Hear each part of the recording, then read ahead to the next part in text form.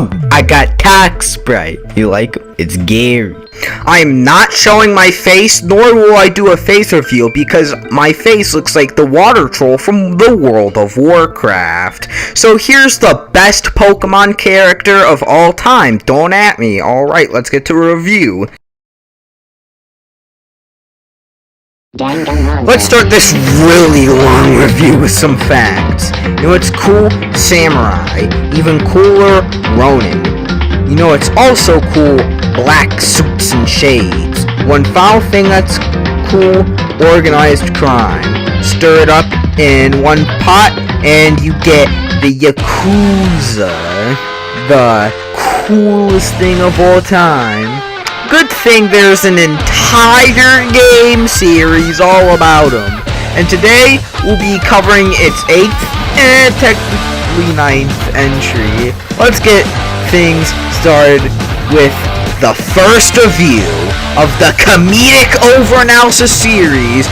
Also, spoilers, my BBG and this video is mainly for people who already in the know about like Dragon Infinite Wealth and the overall Yakuza series and franchise, so I'll be assuming you know about some of the stuff in the Yakuza series with no context. Alright, bye! Close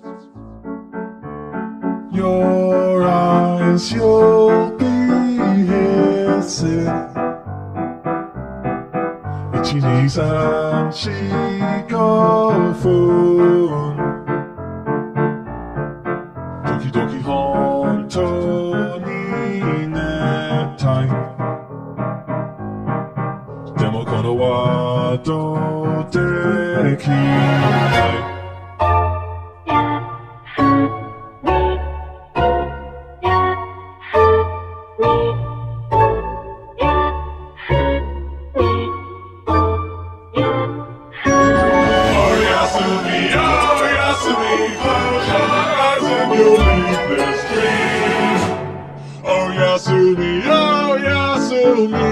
I know that it's hard to do. Let's go!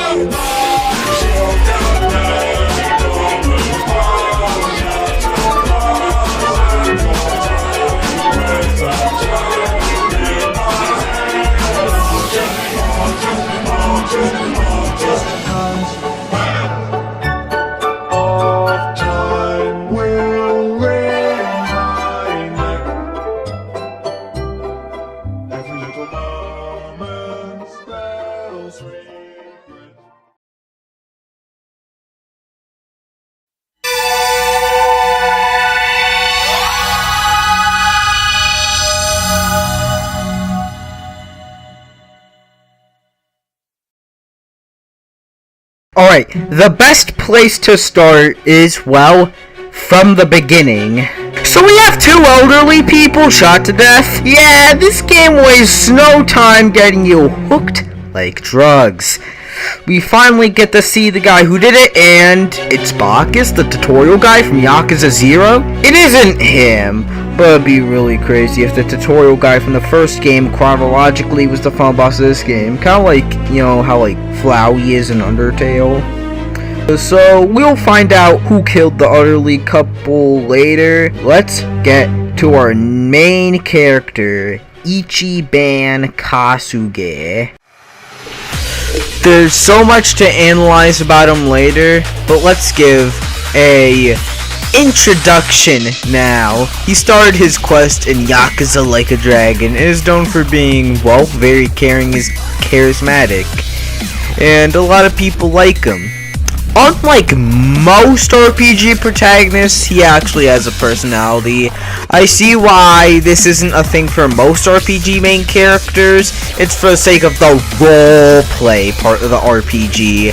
But this approach of having, you know, an actual character with his own compelling motivations to do what he does really contributes to the genre's strengths. It's amazing characters that you can get enveloped in the stories of for hours and hours on end. This man is my favorite fictional character of all time, and I don't think he will ever be topped unless a different character's voice actor saves my life from well, the real-life Yakuza. But more about Kasuga-san. He's also obsessed with RPGs to the point where he actually starts hallucinating his enemies as monsters. We'll get to my opinions about his hallucinations later, but for now I'd like to say that the hallucinations that this man has is a hilarious and creative way to justify the mechanics of this game, still keeping the real world setting of the game while still being able to do the cool magic stuff without having to build a magic system outside of it's just some crazy guy imagining everything that happened. Similar to like Lewis Finch from The Remains of Edith Finch, if you know what that game is. But as you'll come to find out, Like a Dragon Infinite Wealth is kind of a spoof or parody of classic RPGs, at least in some parts, contrasting what our character imagines the grand adventures he's going on as compared to, well, the mundanity.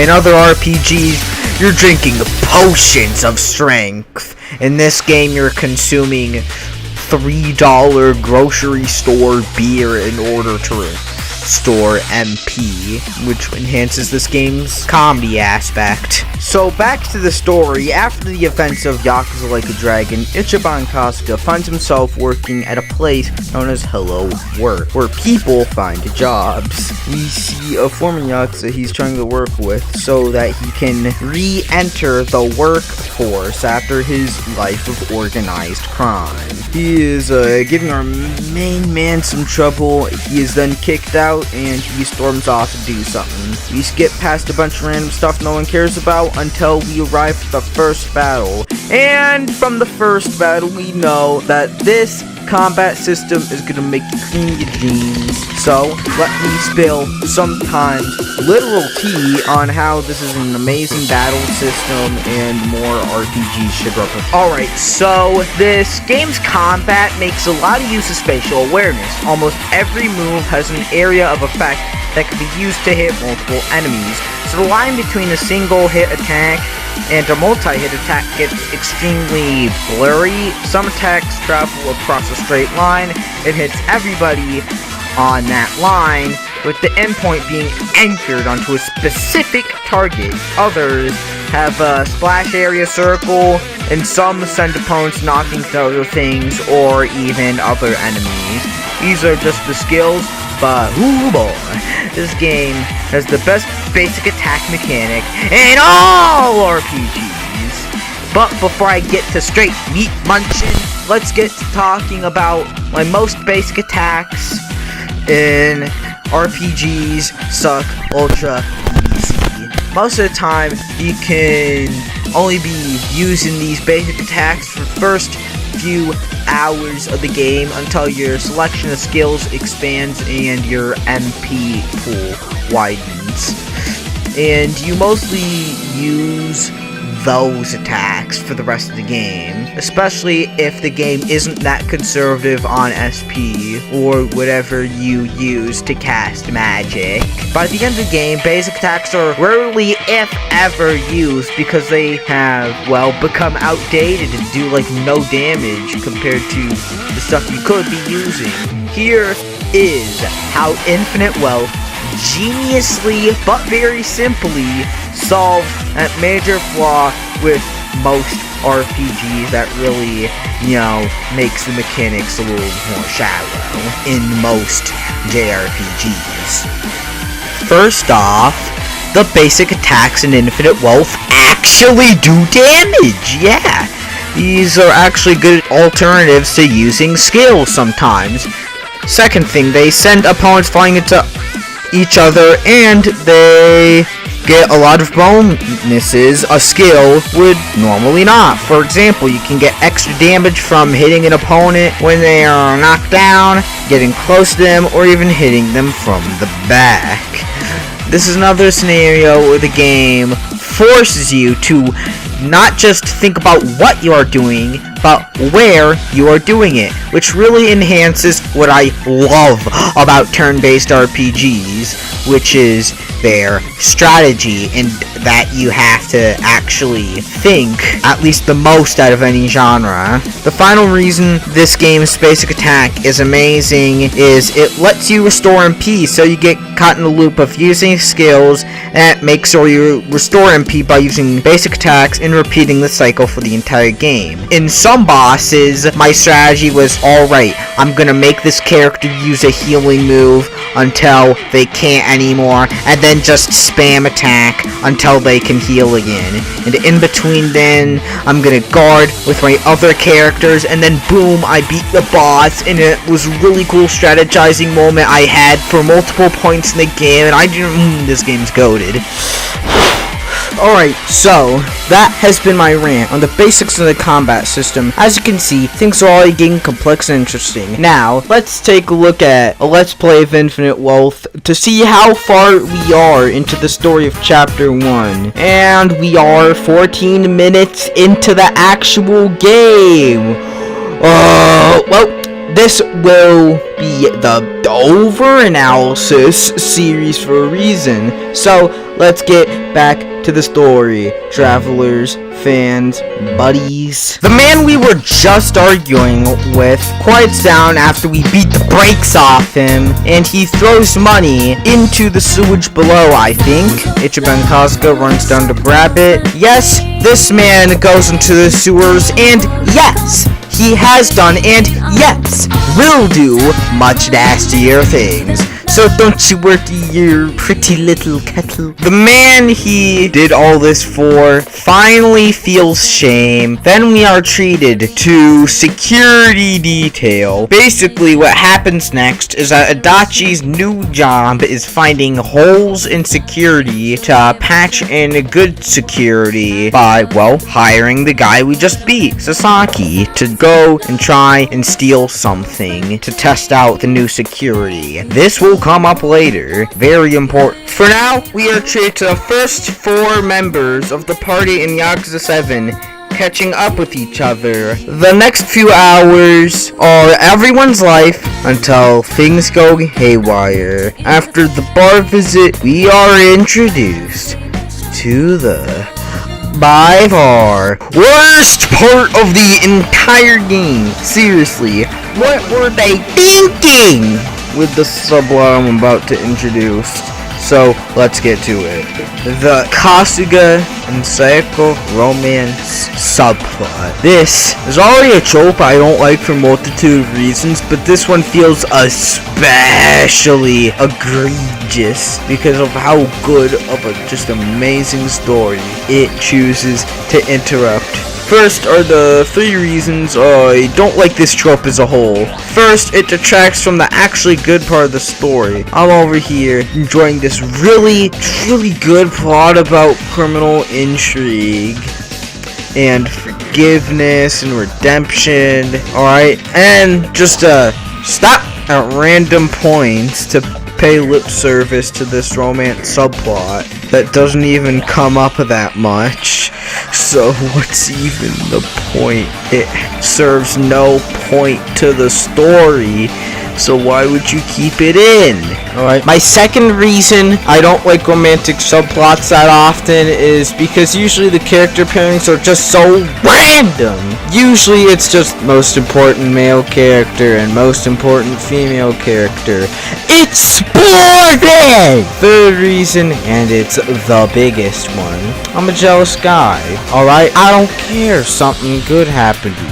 Should have happened to me instead. Now that we are done with that rant, Ichiban Kasuga asks Sayako out, and she at least says yes. Yay! 2 party members from the original Yakuza Like a Dragon basically coach Kasuga, fun to say, coach Kasuga, on how to date with our mage, Nanba, wanting Ichiban Kasuga to act natural, and Adachi wants him to act stylish. What precedes the life advice scene is an admittedly funny date scene. This all culminates with a confession that goes horribly wrong due to poor word choice, social ignorance, and awkwardness. He's just like me for real! The next day, he is berated by his friends for what he said on the date. They just be cooking him. And then he is asked to apologize to Psycho. It goes well, and then it cuts to 1 year later. Present day. Present time. Alright, Kasuga wakes up and goes to work just to hear he's been fired. We aren't told for what reason until he is harassed by a bunch of social media influencers. That's right, Jack Doherty is in the game, like a dragon, infinite wealth. Not actually, thank goodness. We are shown the reason that the harassment started. It was a VTuber spreading lies about our main character. Show him the video.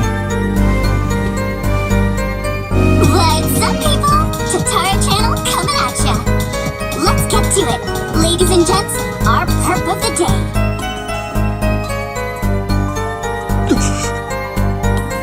This man here is Ichiban Kasuga, a former gangster who was heavily involved in the dissolution of 2 major Yakuza factions 4 years ago. On top of that, some people even call him the hero of Yokohama. This exclusive footage was secretly recorded in Yokohama at a real Hello Work. Here we see none other than Ichiban Kasuga breezily working the front desk. Meanwhile, the man sitting across from him is yet another former Yakuza. The hell is this? Sasaki? This was like a misunderstanding! Ichiban Kasuga seems to be whispering orders to his ex-Yakuza cohort. Then, having received his instructions from Kasuga, the ex-Yakuza leaves Hello Work, only to make a beeline for a mini-mart, a drugstore, and a fancy boutique. We catch him stealing things right off the shelves, even going so far as to use a fake hand. Hey, hold up! That ain't right! Finally, it looks like Kasuga then buys the items from his personal thief at a deep discount. According to our extensive research, in just this day, a whopping 2 million yens worth of product was stolen. Kasuga bought the lot for an unheard of 20 grand. In other words, he's having down-and-out ex-Yakuza steal for him, then making a tidy profit reselling the stolen goods. This is the secret. No, the true face of the hero of Yokohama. Hey, what the hell? Which one of you made this? Like she said, it's the Tatara channel. She's pretty much a god, and with 5 million subscribers at that. I mean, if anything, you should be proud you made it on her show, Kasuga-san. My ass, I'm proud. Alright, time to talk about Tatara. I think it is extremely interesting that the game has a streamer as the villain. As you will come to find out, the theme of the story is the past and the future, kind of. Kiryu represents the past and Kasuga represents the future. So would it not be genius to have Kasuga, the representative of the future, to go up against a streamer, specifically a VTuber? An extremely recent phenomenon. Also, one note, when this plot point got revealed in the trailers, I guess the ridiculous plot twist surrounding this character would either be that the person running the channel was secretly Kasuga's mother, or, like a dude. Well, we'll see if any of those are true in the future. Then he gets mugged by this influencer dude, and then real life person Asakusa, a real influencer, shows up in this game. He does mainly boxing content, but bro, imagine if a game made in the West did something like that. Imagine you're like playing GTA 6, and in part of the story, you fight Athlean X or something. Hey, PewDiePie moved to Japan, so maybe in the next Yakuza game, we might see a cameo from Big Man PewDiePie or something. I don't know, man. After the battle against the influencers, you find out that all your friends lost their jobs too because of the lie that Tatara spread. The next day, the homies come over to lift each other up, and they catch word of the Seiryu clan having another Yakuza meetup after the grand disbanding of the Tojo clan and Omi alliance from the last game, the two biggest Yakuza groups in the nation. Now, it's time for me and the boys to head to Seiryu Clan HQ, and how they head in through the sewers, which is how you get introduced to the swimming mechanic, as then elaborated on once you get to foray. Once you merge, you go through a dungeon that is an amazing way to start a game. Legit great dungeon that introduces you to 3 distinct classes and allows you to go ham on a wide variety of enemies with different shapes and attacks and elements and weaknesses that really lets you get a feel for the gameplay, because after 3 hours of cutscenes we are given the ability to let loose with our old pals that we so love. Anyways, let's jump to the boss of this dungeon. It's 3 people, actually. Yep, a common trope for most of the bosses in this game is that they are not alone. Multi-bosses are the rule, not the exception. The reason they did this was to increase difficulty and encourage more interaction with the really good AoE mechanics of this game. Eventually, all the enemies are down, and we make it to the totally non-suspicious Masataka Ebina. He tells us that he's giving ex-Yakuza new jobs by storing storage in a facility that he made that is not suspicious at all. We go outside to see Joe Sawashiro, and that's it for this chapter. Woo! Long. I promise the next chapter analysis will not be that long. But this is kind of how you start a game. You let us get to meat and potatoes of the game relatively quickly, introduce our characters, or in this case, reintroduce characters, and set up the conflict well. If it wasn't for the romance subplot, this would have been the best chapter 1 of the series, or at least the games I played, but sadly, that title is still kept by Yakuza 0. So, I give this chapter an 8 out of 10. Now, I think it's time for a good old-fashioned intermission or break.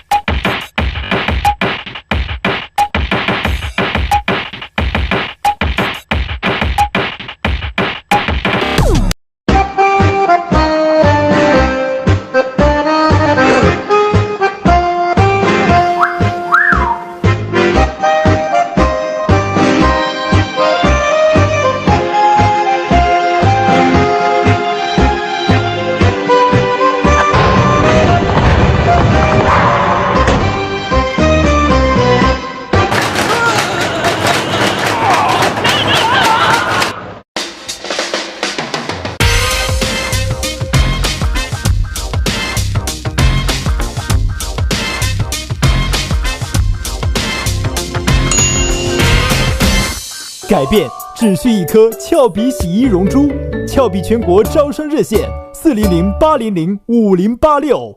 If you liked that, consider hitting like and subscribe if you want to. Have a good day, sir or ma'am.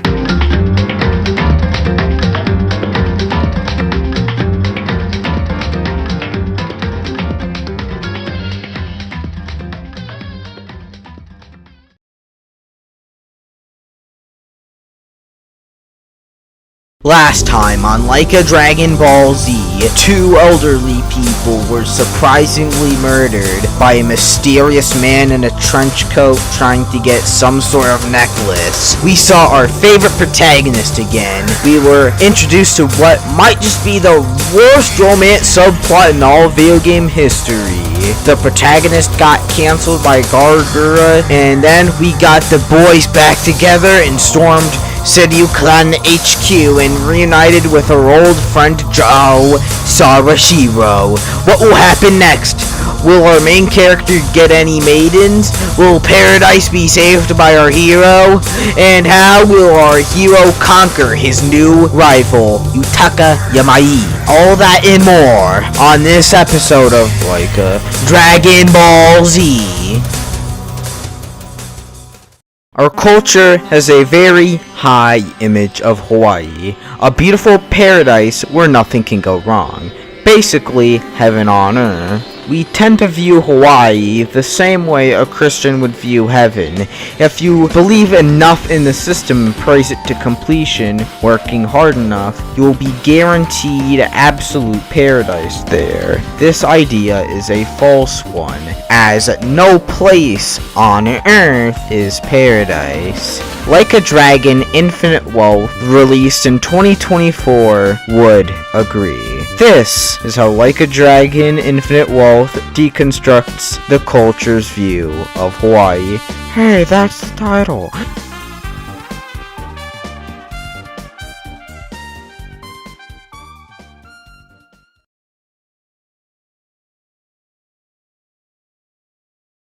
Skipping some events, at the beginning of Chapter 2, Kasuga heads to a meeting with Joe Sawashiro, who is reintroduced in the end of Chapter 1. If you haven't seen my video on Chapter 1, go check out the last video. Next, he tells us we have a missing mom all the way in Hawaii that we need to go save. And that's basically going to be the human MacGuffin of the story. Apparently, she's quite important as Kasuga's adopted father killed an entire clan and tortured to death its leader just to save our main character's mother. So, this is serious. We gotta lock in now! Alright, quick side tangent though, but it would be really cool if there was some DLC side campaign where we get to play as Masumi Arakawa during this described event by Joe Sawashiro. The gimmick would be we have no party members, but the one we do have is extremely strong. That'd be really cool, and I'd really enjoy a DLC like that. But instead, the DLC offerings for Infinite Wealth is New Game Plus, which came free with every other game up until this point, but that's just the game industry, baby. Some random costumes, and whatever the big swell was. Alright, back to the story though. Tomorrow, we board the plane to Hawaii.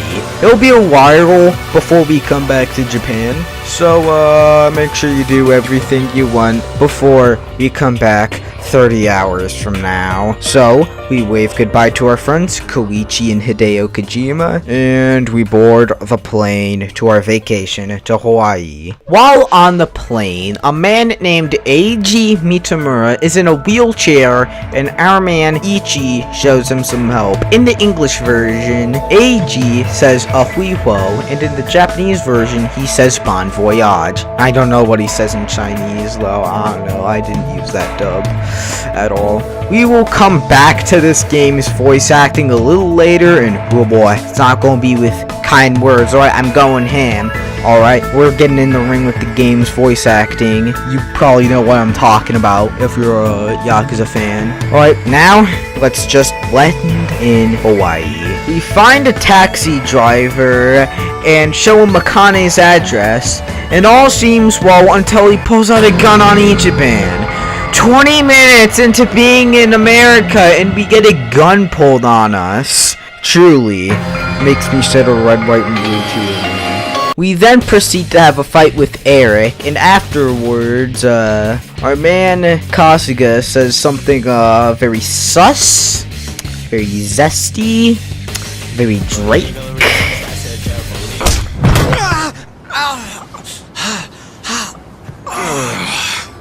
You know, if you just did your job, you'd have got a fat tip. But now all you get is a fat lip. Gay! He's gay! I'm not gay.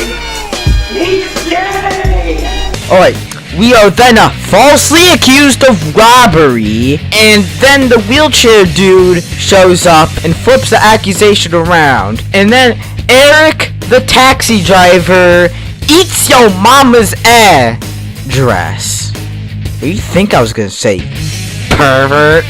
Right away, your expectations of Hawaii being paradise is broken. Like that! We will dissect this more in just a bit, but how genius to tackle the setting of Hawaii, man. Keep in mind, most other games that take place in Hawaii are racing games or just tropical themed, not specifically about Hawaii. The only other RPG set in Hawaii, to my knowledge, is Pokemon Sun and Moon. So I would like to make it very clear, let me be clear, Like a Dragon, Infinite Wealth is like the only game to tackle this problem. Actually, fun fact, alright, I cut out this part where I say something extremely out of pocket, even for me. So, for the joke here, I'll let you imagine what I say. I'll leave it up to your imagination. Comment below what your dark imagination conjured up that I said. Once Wheelchair Dude clears your name, you wheel him back to his place, and he uses a photo of the letter to Akane's house to figure out where it is. And that's when he shows up! Now introducing the Yakuza champion, Yutaka Youngboy!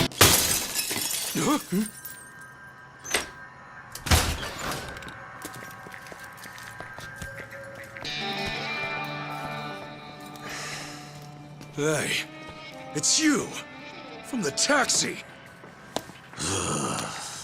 It's like a meat locker in here. So, these were the ones giving you grief, Tomizawa. Yeah, there's no doubt about it, Yamai-san. Dude looks like a modern-day pirate.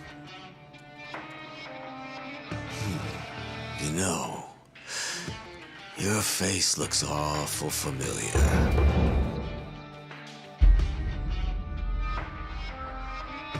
Yeah?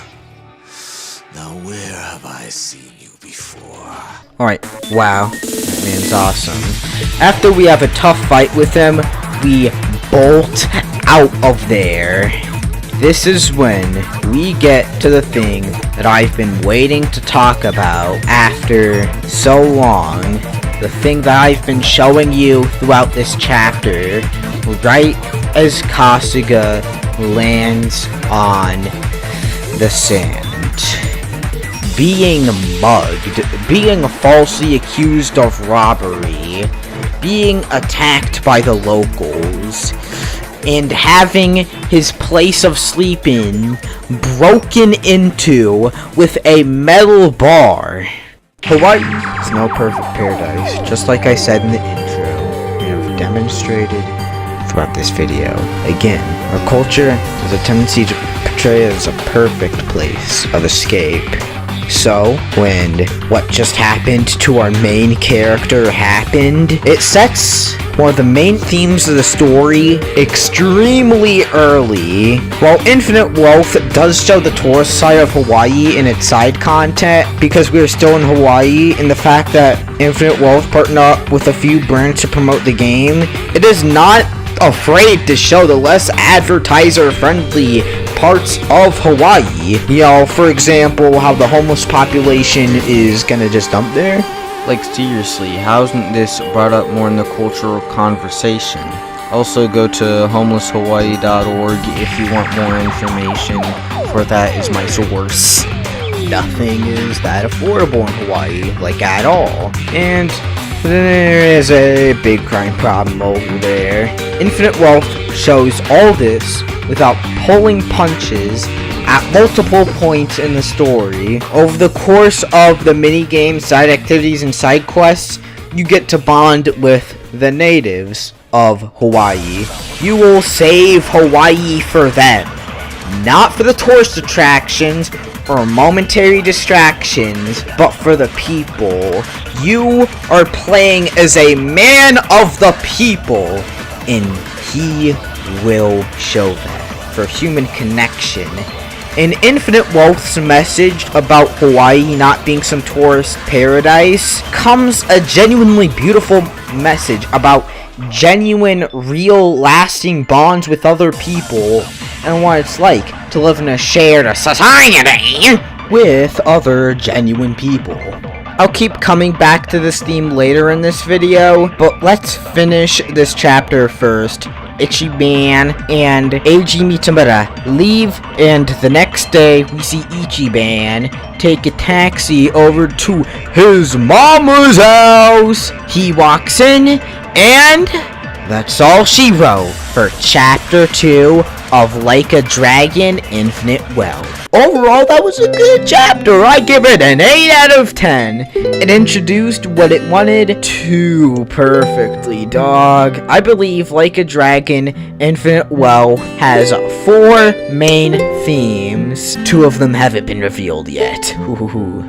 Each of the first 4 chapters introduce one of the 4 themes. Chapter 1 introduced the theme of redemption, and Chapter 2 was Hawaii is not a tourist paradise. Let's see how these themes and new themes develop in the next chapter. But before that, let me tell you about this ranking system. Each chapter will be ranked out of 10, and then the points will be tallied up at the end and put over 140. I hope I'm showing a diagram on screen right now. That is 10 times the number of the chapters in the game. 14 times 10, 140. Got that? Now, let's go to an intermission before we cover the next chapter in this video. I really wish I got an ad sponsorship.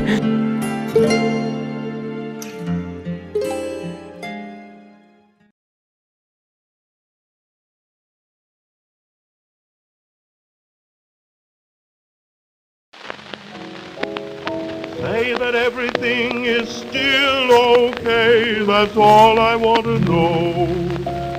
And what they're saying, say it isn't so. Say it isn't so. Say it isn't so. Everyone is saying you don't love me, say it isn't so. Everywhere I go, everyone I know, whispers that you're growing tired of me, say it isn't so. People say that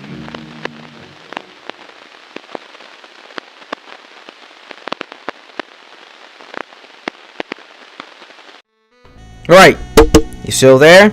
Now that we're back in the game like we never left, this is what happens when Kasuga goes to his mom's house.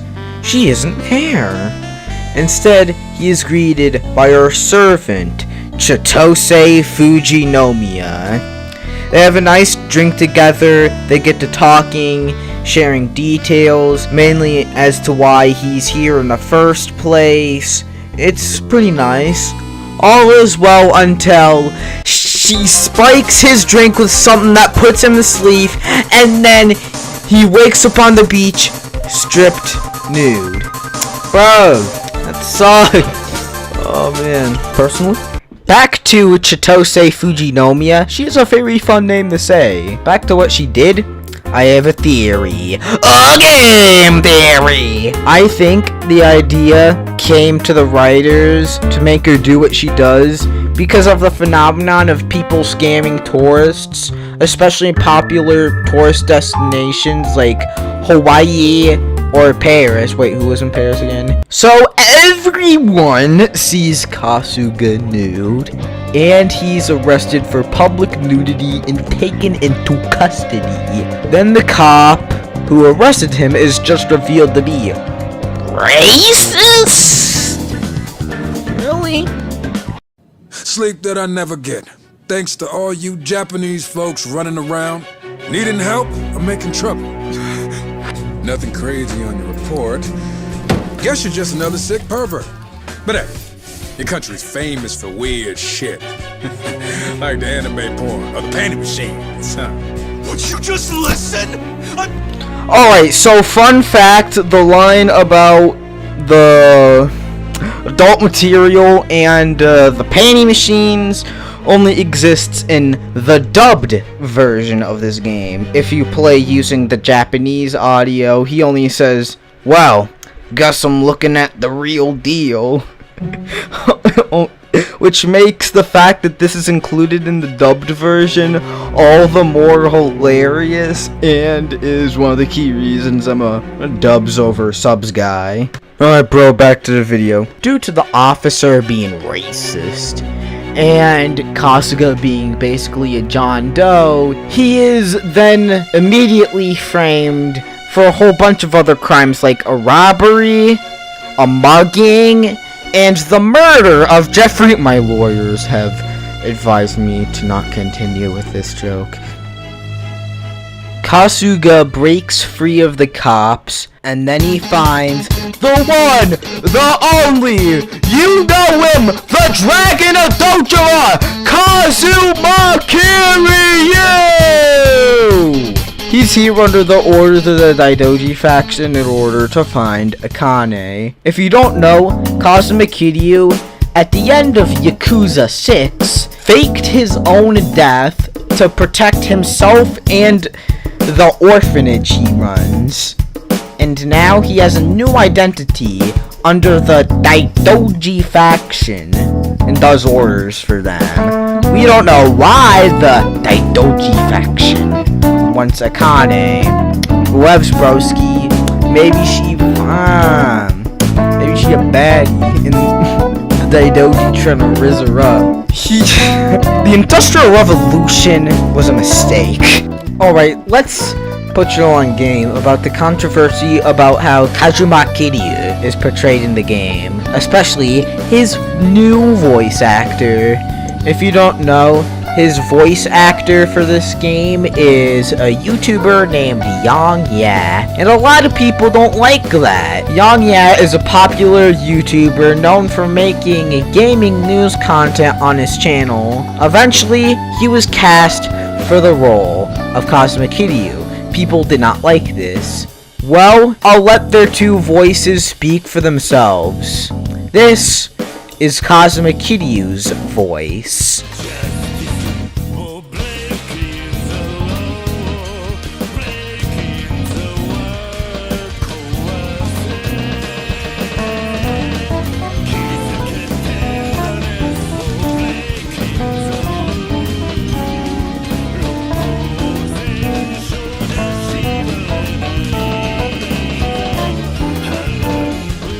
And this is Yang Ya's voice. For that purpose, Soylent has fit perfectly into my life. I tried every single one of these, and not only did I think that they were all delicious, I also loved how creamy and smooth the drink's texture was.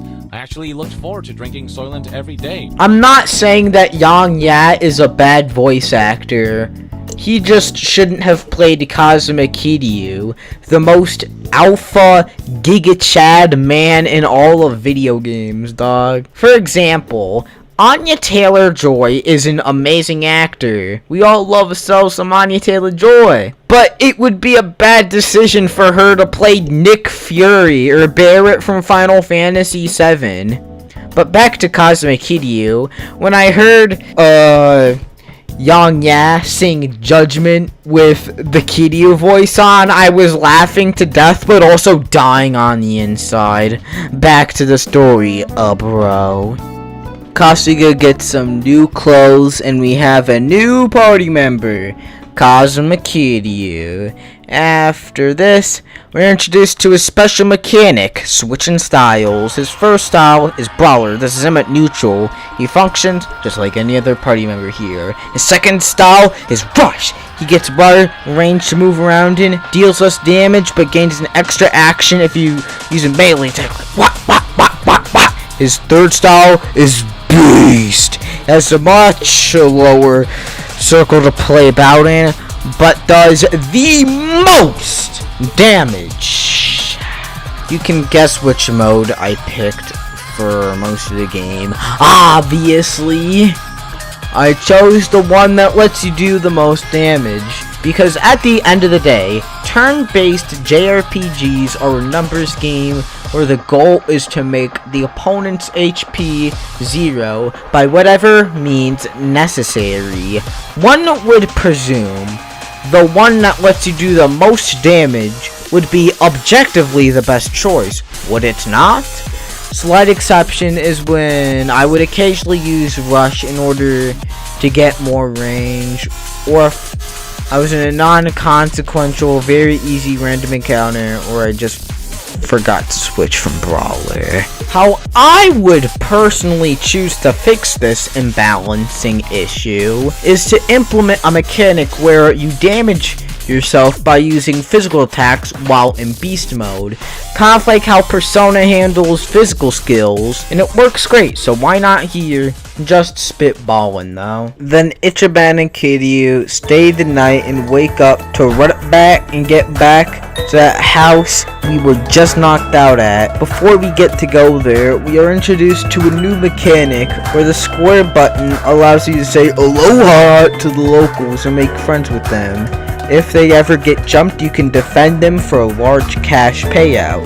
You can even befriend animals by giving them food, which I think is so cute. You can report back to the lady that introduced you to the minigame and get even more rewards. What if I told you that wasn't the purpose of this feature, of getting rewards and stuff? The real purpose is immersion and world building.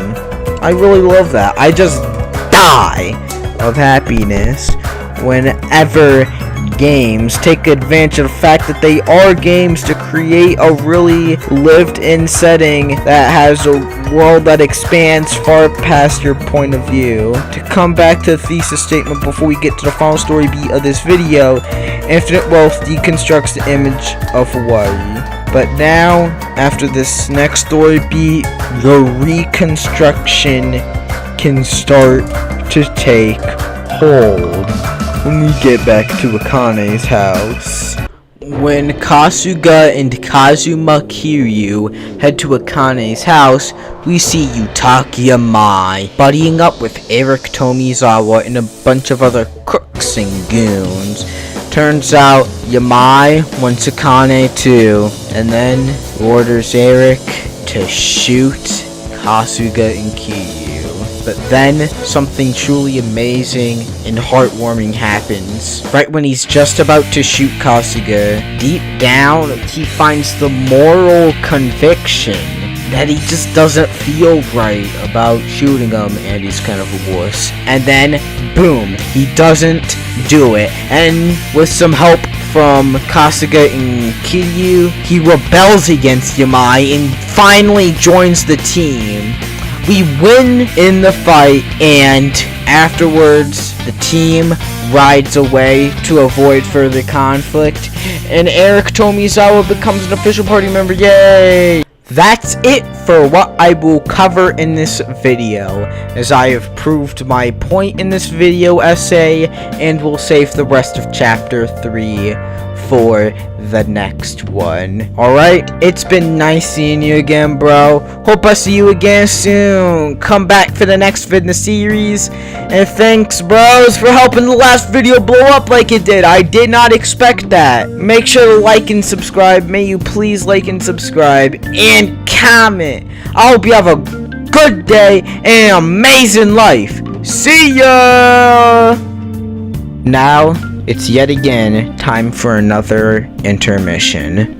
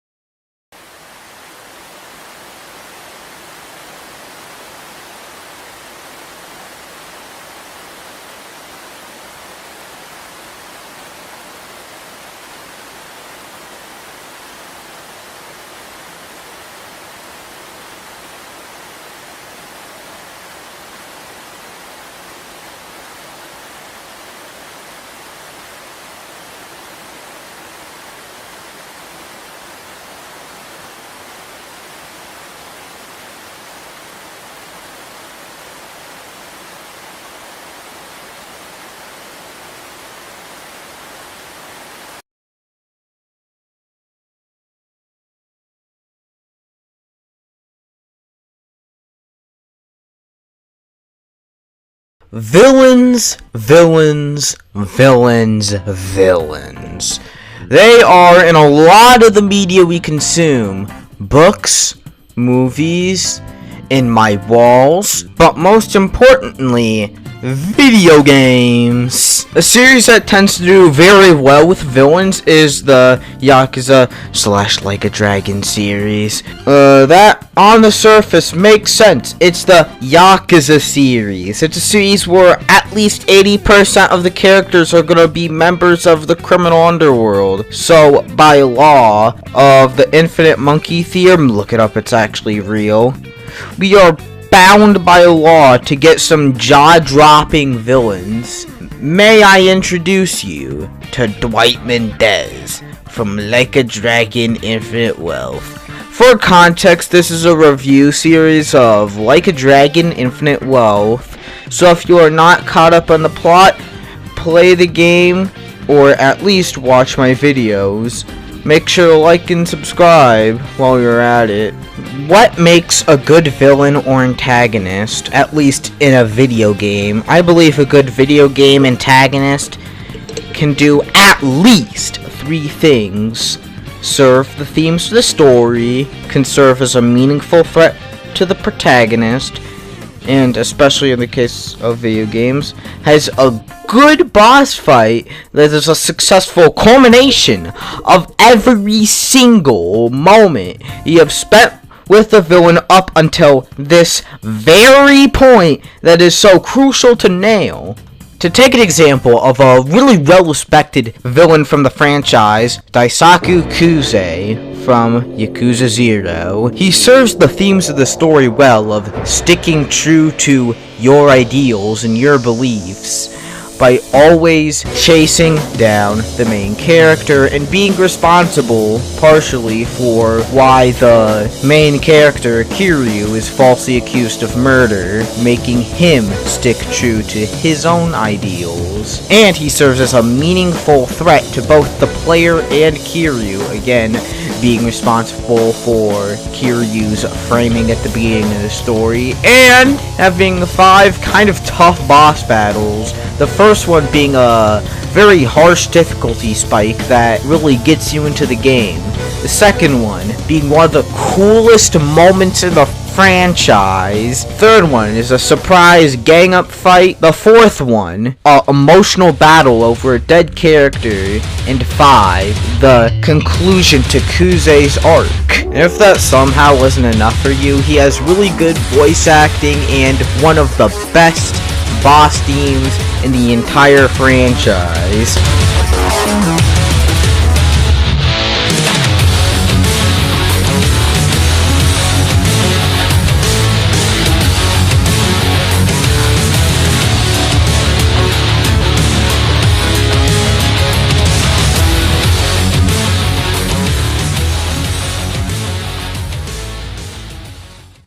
Now, let's get into chapter 3 and 4 and see how Dwight Mendez lives up to the title of one of the best video game villains of all time.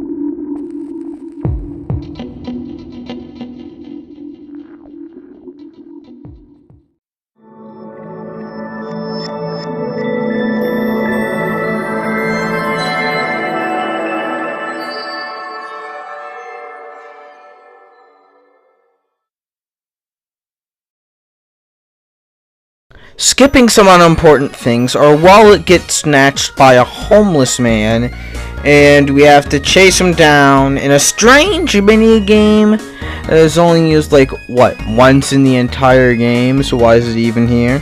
This was used once in the last game, so maybe the next game will use it only once as well, I don't know. We get our wallet back and head to the hotel to spend the night.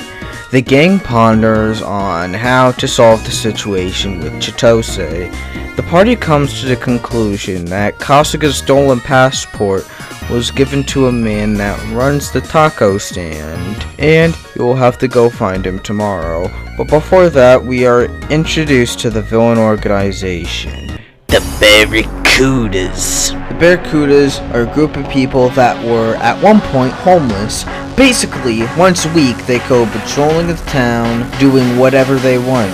Not even the police can stop them because of how truly dangerous they are. All these intimidating details being said as mass amounts of them come pouring out seem endless. Buff men studying proudly. The sight becomes even more chilling with how jarring this scene truly is compared to the rest of the franchise. Most of the time in this franchise, you're going up against the Yakuza, hence the name of the series. Discreet, black suit, mysterious, and secretive most of the time. So, to juxtapose that tone that has been established across the entire franchise makes a killer introduction for a new group of villains. What then happens next is that it is explained that the Barracudas do not take any disrespect lightly. This is then followed up by the homeless robber from before being taken to a back alleyway and butchered. The machete drived into him and just gutted.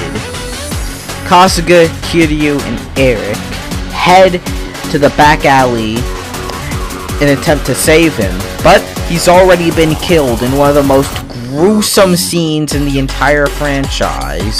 To craft a perfect villain, you need to give some wins to the villain in their group to make it actually believable that they're a threat, and the heroes need to become stronger before taking the villain on. This is especially important in an RPG, so you don't devalue the entire genre just because the writing is poor. Next morning, we confront the Taco Man. If we want information on where to get our passport back, we'll have to scrounge up some cash. Next, we're introduced to a summoning mechanic. Here's the setup. Gary's Love Camp. It seems that Chitose may be working as an escort, and that's how we're about to find her. But no, it is a separate woman that just so happens to be named Chitose, and the sister of Gary Buster Holmes. The next revelation, this isn't an escort business, it's a bodyguard business. Alright, time to get into the summoning mechanic. You pay a large amount of money to summon one big super move, or get an extra party member to fight with you for around 3 to 5 turns. If you summon enough, you unlock the ability to pay extra to get something stronger. I would like to take some time to show you some of my favorite animations from the mechanic. Here you go.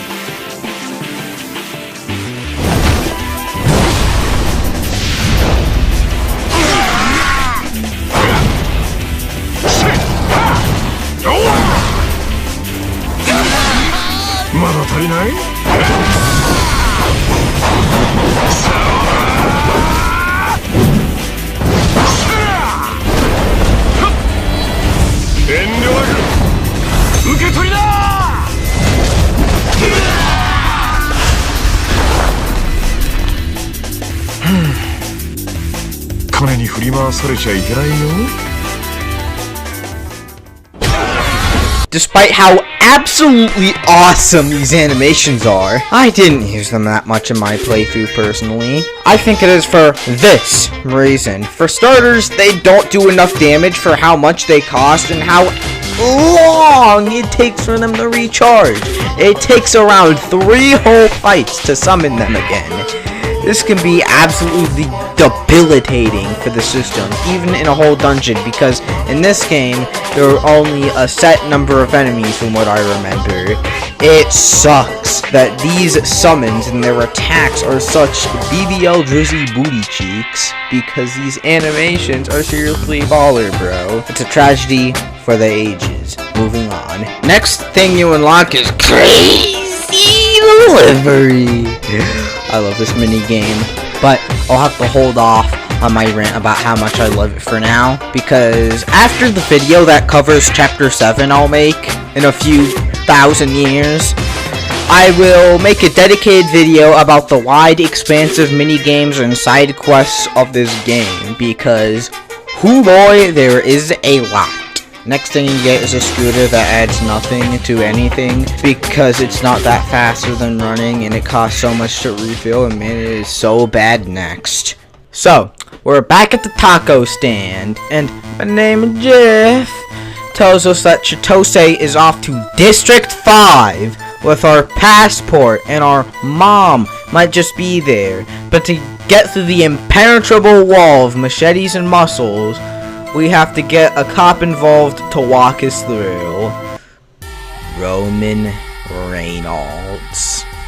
Despite the name and face, no relation to Ryan Reynolds. Roman Reynolds, somebody controlled by the Barracudas, a corrupt cop who framed Eric for his crimes. He's part of the reasons why the Barracudas can get away with what they do. He decides to hold you up for 50 grand because his son wants a sports car. Kazuma Kiryu takes a good look at the offer and says, nuh-uh. And the next boss battle begins! I recommend being at level 11 for this boss. This man got range like no other. If you want to get out unscathed, bring something gun resistant if you can. Take out her goon squad first, and use beast mode on Kazuma Kiryu. Do what I said and you should beat Roman Reynolds very easily. After we beat him, we are allowed to go into District 5. Now we're back at the hotel. It's time for the biggest reveal in the entire franchise. I will say it in a few seconds. The marketing for this game has spoiled it, but I'll give you one last chance to play the game now. 10, 9, 8, 7, 6, 5, 4, 3, 2, 1, 0. Alright? You're ready for spoilers? Alright. Okay. Here's the biggest reveal in the game. Sorry to tell you this, but to give it to you straight, Kazuma Kiryu, the Dragon of Dojima, has terminal cancer and 6 months to live. I know. He has been given some pills in order to ease at least the physical pain of his illness. I hope you've taken this well. Or at least as well as you can. This might just be the end of our favorite Kazuma Kiryu, but there's a chance he could beat it, so stay tuned in the franchise for that. In the video that covers Chapter 8, I will go much deeper into my opinions on this reveal, but for now, I'll say that this is extremely brave of RGG to do this. In an era where stories are never allowed to end and we always have to be pumping out more and more sequels, to just come out and say, hey, one of the most iconic Sega characters is about to die, not even of sacrificing himself in the big battle for Kamurocho. The way that they've decided to try and kill him off is deathly serious, man. To just come out and say one of your most iconic characters has cancer as well. This formally introduces the third main theme of the story, death and its inevitability. Death is always looming. Even in Kiryu's redesign, his hair is gray and is clothes are now monochrome, not even a lively red and a whitish gray. You will not only have to bear the death of those you love, but also you. Memento mori. Remember that you have to die. Pay attention to the ones around you before it's too late. Guys, that was a big chapter. It has one of the best villain introductions I've seen in any video game, only eclipsed by the twist villains of Fire Emblem 3 Houses and Persona 4. This also has the biggest plot twist in the entire series. It literally says it will kill off the main character so we can be fully replaced by the new protagonist. Because of the great villain intro and shocking plot twist, I give this chapter a 10 out of 10. Let's go to intermission, go to the bathroom and get yourself some food, bro.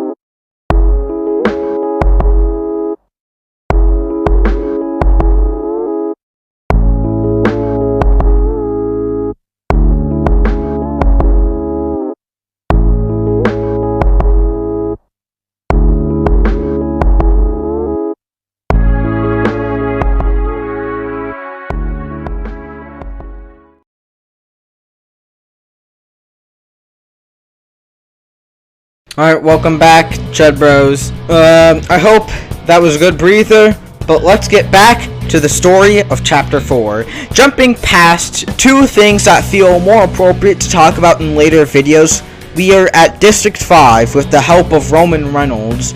We are in the boss's dungeon, and we still don't know his name and face. An utter ignoramus who never took honors English would be tempted to say, well, that stinks.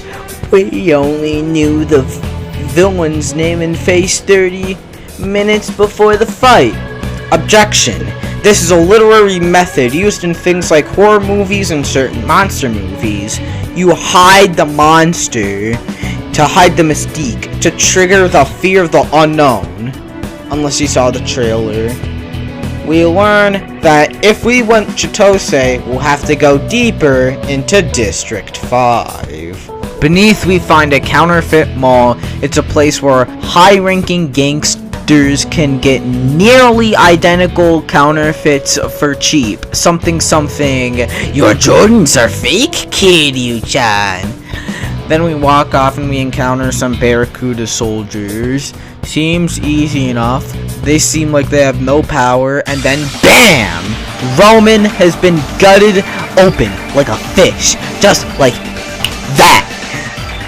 The boss we just spent 10 whole minutes trying to take down, just been by some random goons, some glove and flat cap wearing NPCs just killed with the toughest challenge so far in 3 seconds. I didn't even know what to say while playing this. I was utterly shocked and appalled. I bet everyone was thinking, if this is how serious the goons are, then how strong is the boss? We then proceed to have a really tough mini-boss with these goons. Well, one of the best battle themes, not just in the game, but the entire franchise plays. I'll let you listen to this for a few seconds, dog. It goes so hard.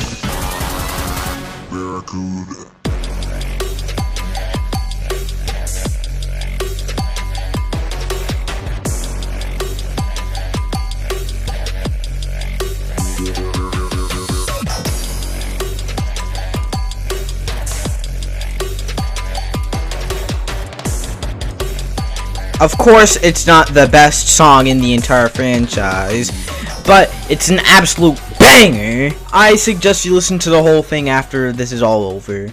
After that, we meet up with Chitose again. She then proceeds to tell us her backstory. Basically, she stole our passport because she wanted to sidestep the law and her controlling parents. So, she fell right into the hands of the Barracudas. That leads her to us. After all the pain, she makes a change of heart that's hard to accept considering all the pain that she put us through. But once the team forgives her and gives her a chance to redeem herself, she is finally allowed to join the team. We advance in a dungeon and find ourselves back in the mall with a DJ boss battle. To break the seriousness here, this is really cool. They just have the sequence where you fight through a fashion line to the Barracuda song. This already cool section is capped off with 2 other fighters joining in. These 2 supporting insanely weird outfits for the occasion. This was meant to parody all those weird fashion shows with those unorthodox, lackadaisical, and gooberish outfits no actual person would wear. Look at what I'm showing on screen. Come on, man.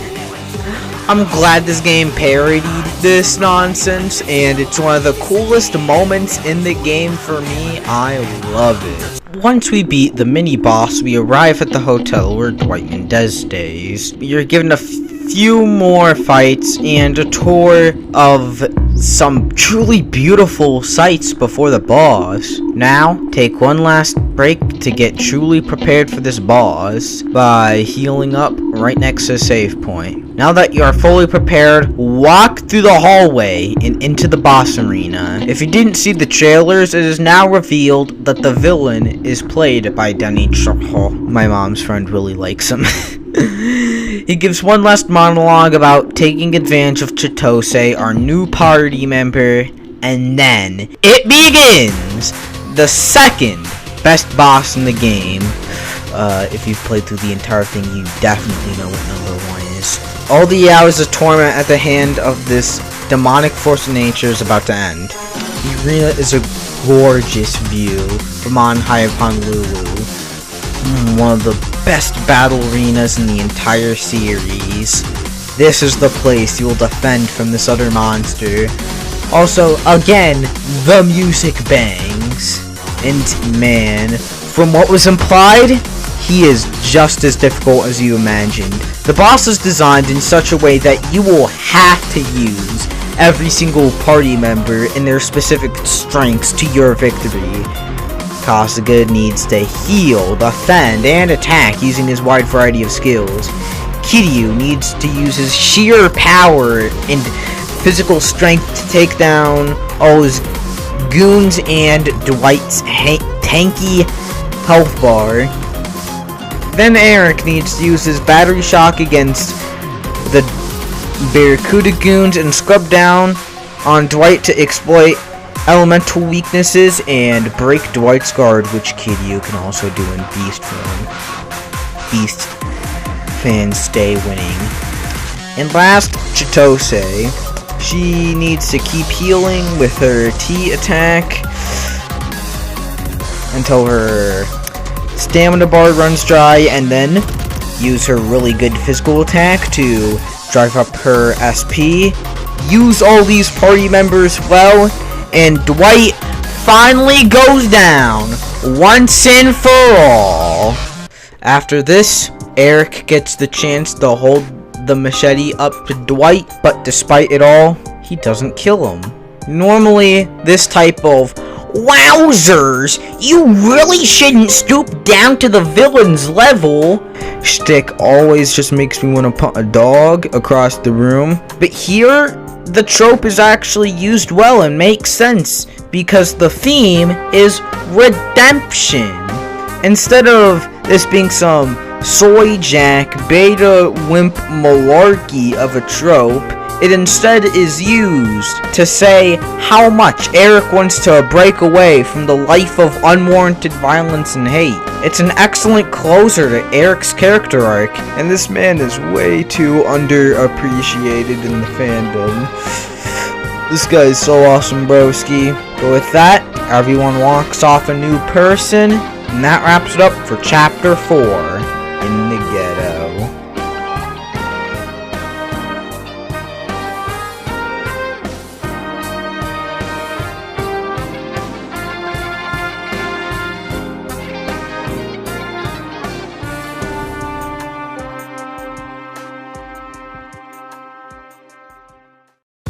Right, but it doesn't end for Dwight here.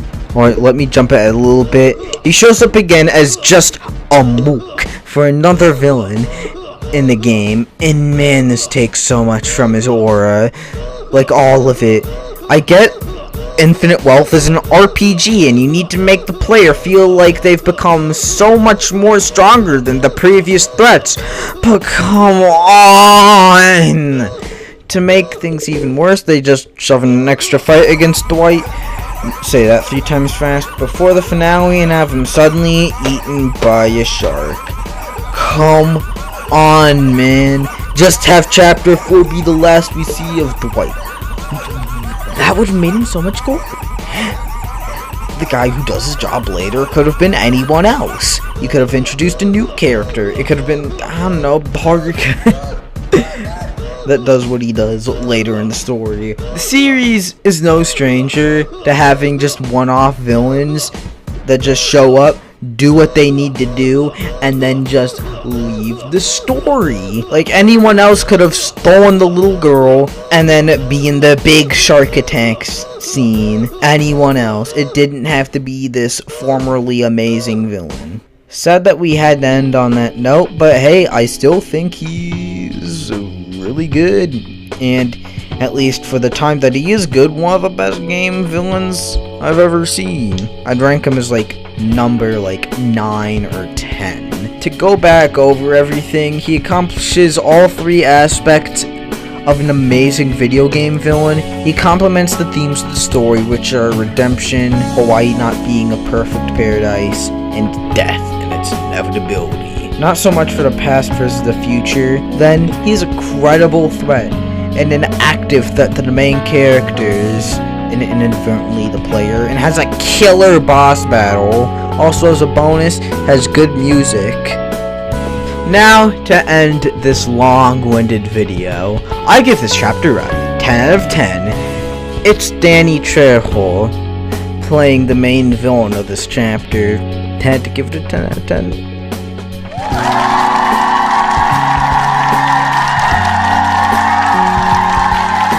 This video is long enough.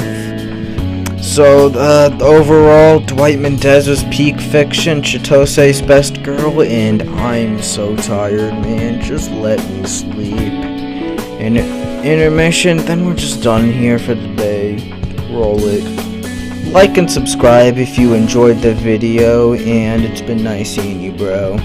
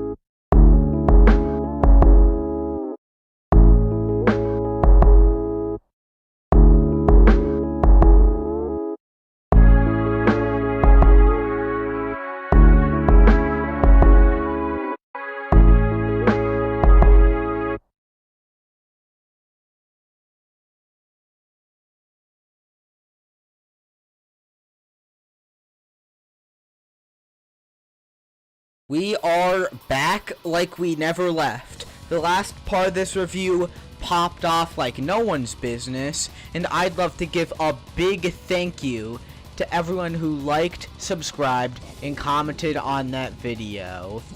And now, we're back again. I'm in a hateful mood, and I just had to come back to talk about one of the worst video game villains. Meet Wong To, the ultimate downgrade. We followed up some peak villains with some trash villains. Wong To's a guy that's bad at being bad. To return to the metric I used to judge Dwight Mendez by, a good video game villain serves the themes of the story, is a meaningful threat, and has a good boss battle. Now, let's go over his arc of the game and see how he fails at all 3. Alright, for now we're gonna skip chapter 5 because it doesn't matter to this video. Now we're at chapter 6. This sadly means one less intermission sequence, but womp womp. Hit it. Part 1. I can't believe what I'm seeing.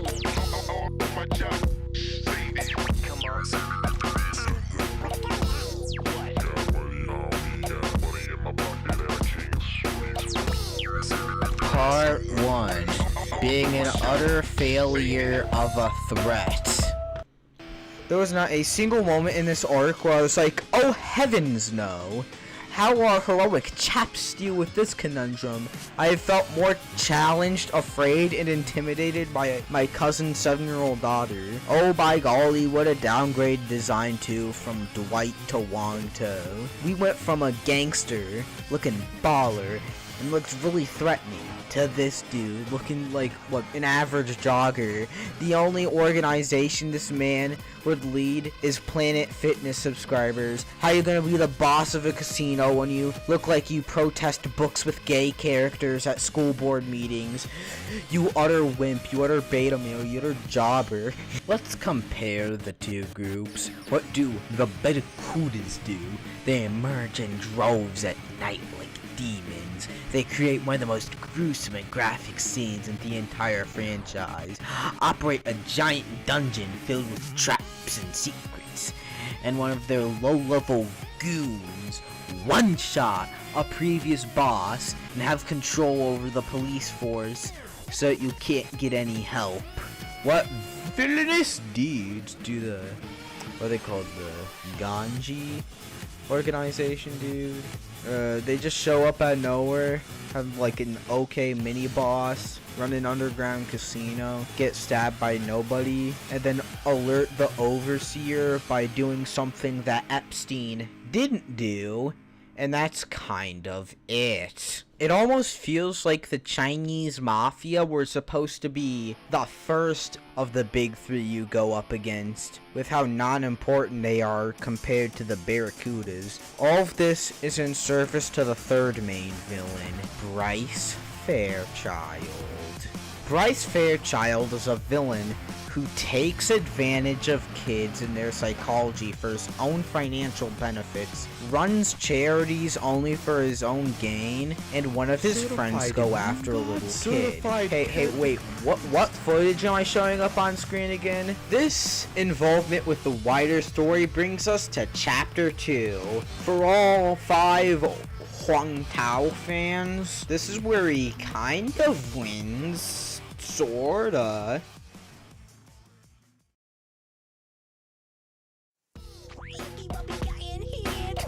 I can't believe what I'm seeing.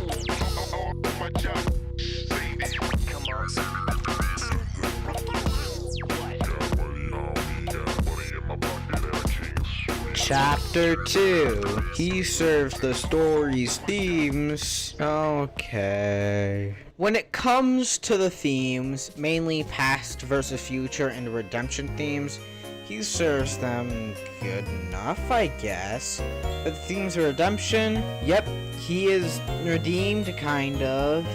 He becomes a valuable asset for the team and gives us necessary information about Bryce. For the themes of past and future, he talks about how his gang is a place for masculinity in the modern age and the American dream or something. Alright, on to the main event, the big man's boss.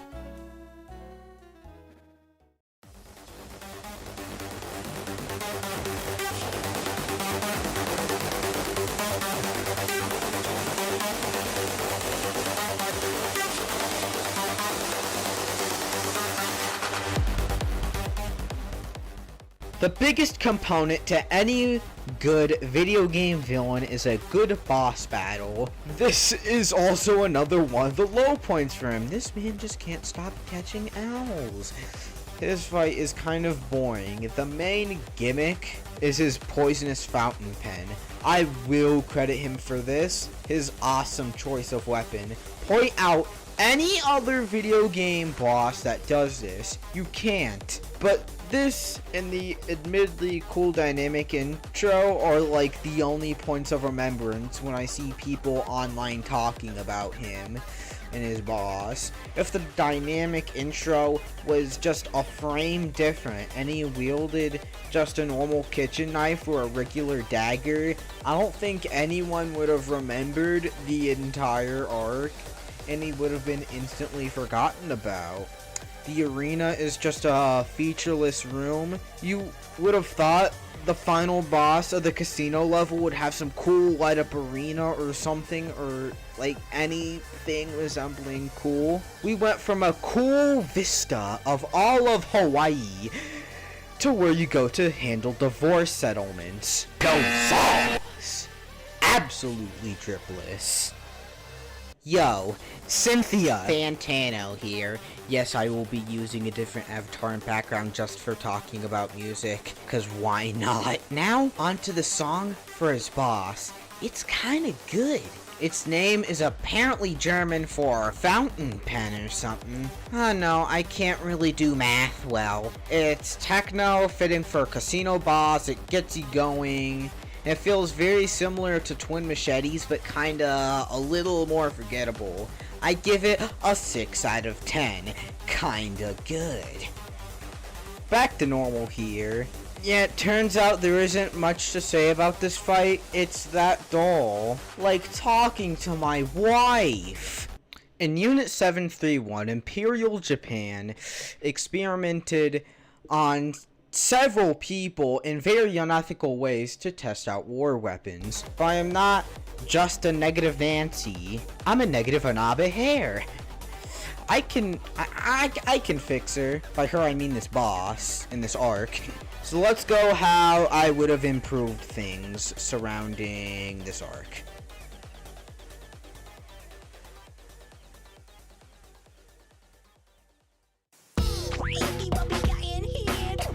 I can't believe what I'm seeing.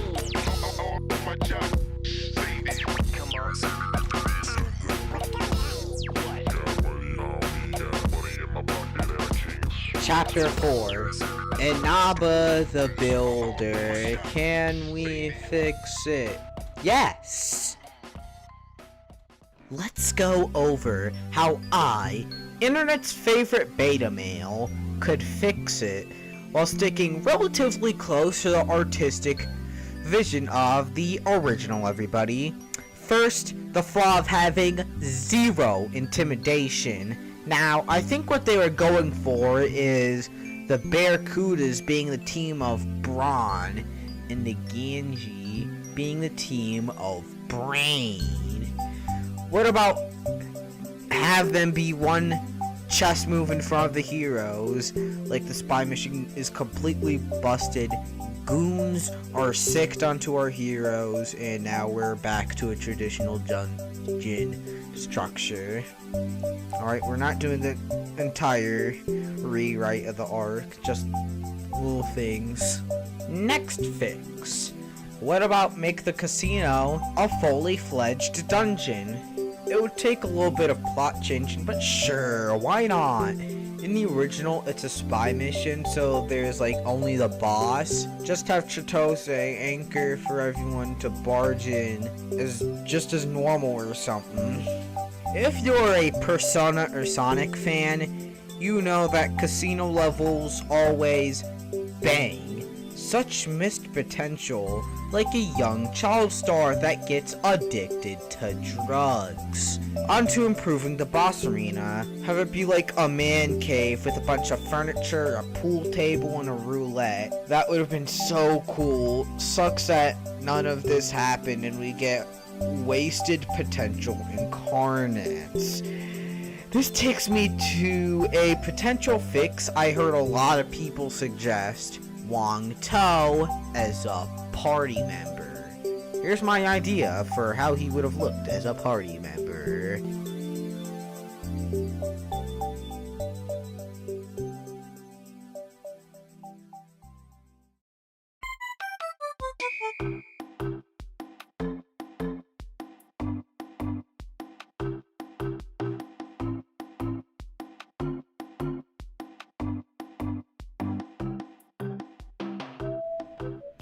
Chapter 5, Wong To as a party member. After you two reunite at Hanawa headquarters after he gets stabbed and you heal him, he decides to join your efforts and take down the Overseer to find his son again. This would have already granted more relevance to the plot point of Wong To's missing son. This again would have added more to the theme of redemption. It would have been a cool the boss becomes a playable character moment. Here's what the unique job in stats for Wong To would have looked like. For stats, I imagine him being a magic tank, like a mage-like version of Adachi! Now for his unique job, the mastermind. He would have like a whip and use all three types of magic to some degree with a few support skills. I wouldn't include his fountain pen because it's too niche and a dagger / knife would be too similar to the Kunoichi's weapon. Now, on to the conclusion.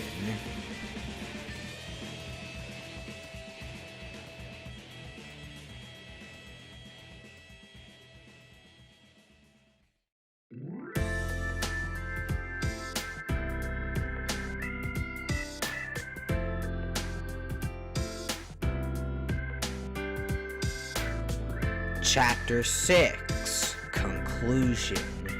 Well, this is it. Overall, Wong To had the potential to have one of the coolest dungeons, boss arenas, and would have been an extremely interesting party member. Shame we have to live in the reality / timeline where he and his team shows up, gets beaten, gets stabbed and shot, all to serve the superior villain above him. Did I mention his son gets kidnapped? I only mentioned it offhandedly because it is so irrelevant. Oh well, my talk here with you is done for the day. It was really nice seeing you again, and I can't wait to see you again to rank all the jobs and mini games. We have officially gotten halfway through the story, so now is a good time to take inventory and reflect on non-story based elements of the game. Also, one of the next videos I'll be making after the job ranking will not be part of the series, but it will be about a trope I've been itching to talk about. Let's fade to intermission and say goodbye. Like and subscribe.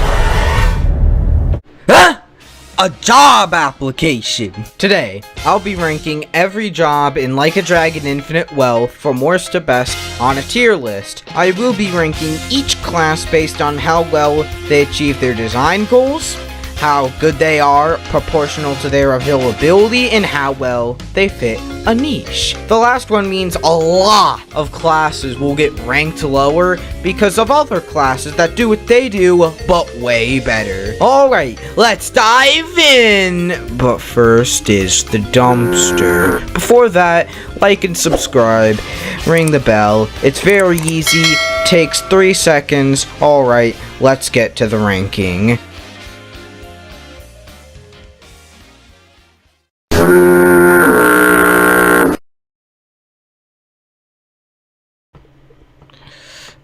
F tier.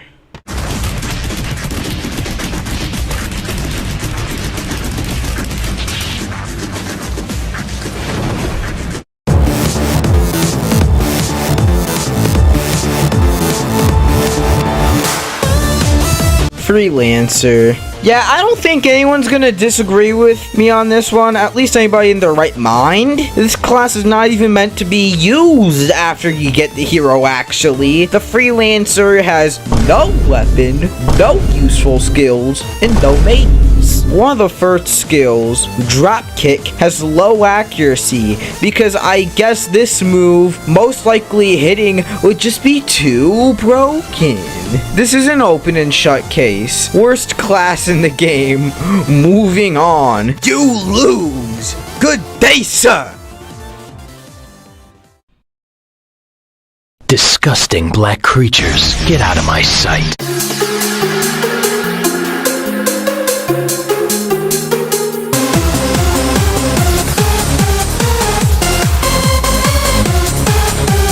The detective is a mediocre tank class that is only a mild step up from the Freelancer, with 2 things: arrest, an instant kill move, and having better defenses than the Freelancer. Transfer the instant kill attack to any class you want. Yeah, this class is garbage. Is there a lore reason to use this? Are you stupid? At least he gets 1 magic fire attack as his final skill in a non-magic focused class. What were they thinking when designing this? This class is awful.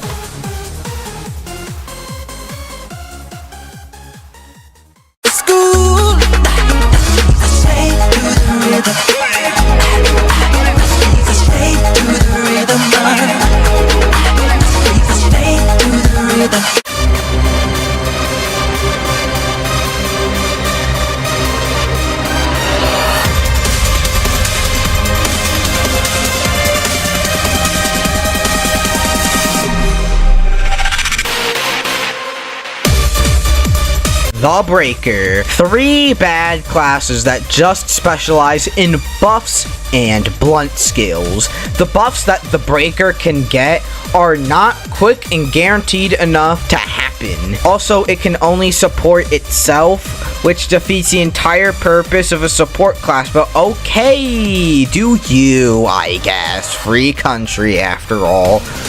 I fully think that this class is a joke job. It's a class that has you dress in 4 gold watches and the goofiest getup out of the cast. Come on, this is a troll. I do think there is a troll class amongst the female jobs, but we'll get to that in the next tier. Speaking of the next tier, let's go!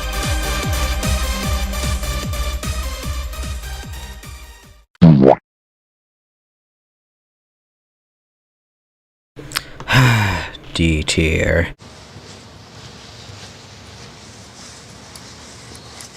You late.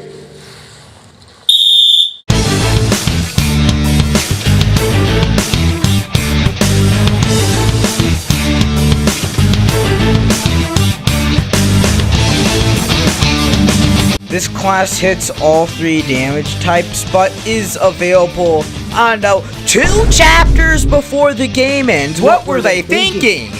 it has horrendous availability, and it doesn't make up for that, unlike other late game recruits from other RPGs, like the pseudo-legendaries of Pokemon, Kazumi Yoshizawa from Persona 5 Royal, and Hendrik from Dragon Quest XI.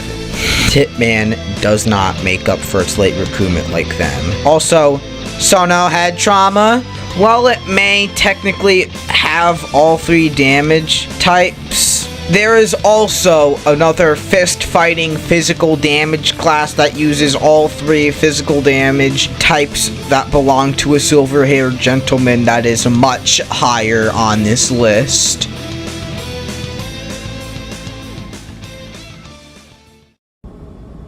If you have something to say, then just spit it out already. What's there to be worried about anyway? The invincible Shinji will save us when an angel attacks!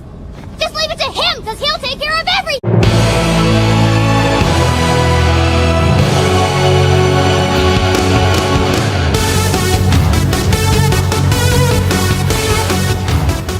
Barmaid. This is the job I was talking about earlier. The female joke job. You wield a purse and take out the enemy by flailing your arms at the opponent. Name a more disrespectful class in an RPG. Yeah, imagine you're like a trained Yakuza member and you get taken out by a purse. Honestly, that's GG's. Alright, you need to yourself now. But outside of the disrespectful potentialist job, it's a mediocre physical damage class that does no physical damage. So what's the point?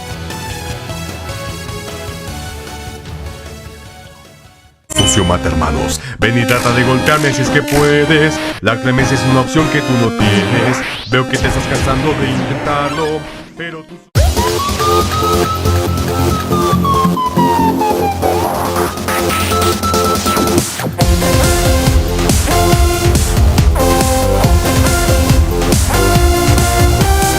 The Action Star. This class is one of the more recognizable of the newer classes because of being available easy and having a very Kill Bill inspired outfit. A cool trait about the Action Star is that being a drunk can make certain moves hit harder, which is cool because alcohol restores your MP for a lower cost than it is to buy a Tarner or a Stamina. So you pay less money for more damage. You still have to pay the negative consequences of being drunk if you choose to take advantage of this, and also the skills aren't all that and not much to talk about.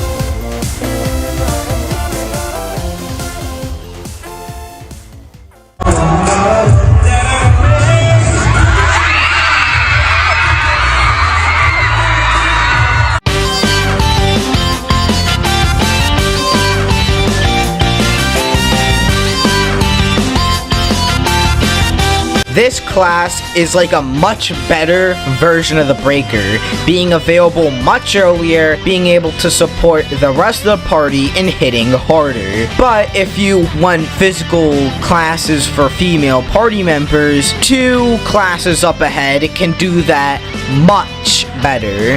And one of them is available very easily after you unlock the job system. And that wraps up D tier, onto the C tier.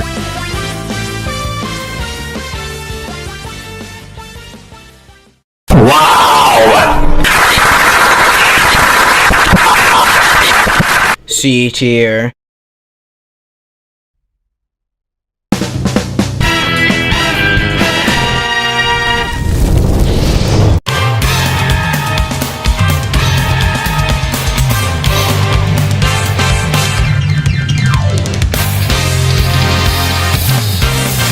Want to watch things burn? Do you have contempt for your fellow man? Do you like tribal stereotypes? Then you will love the Pyro Dancer. This class specializes in slash and healing, kinda. It does gradual healing and cure status ailments. The essence of masks, medium does more damage the higher HP you are. So popping this off at the start of a match and then giving out gradual healing puts you ahead easy. The problem is that I would not recommend this to a party member because they are meant to specialize in things, while the main character is the all-rounder that can do just about anything. Alright, next class.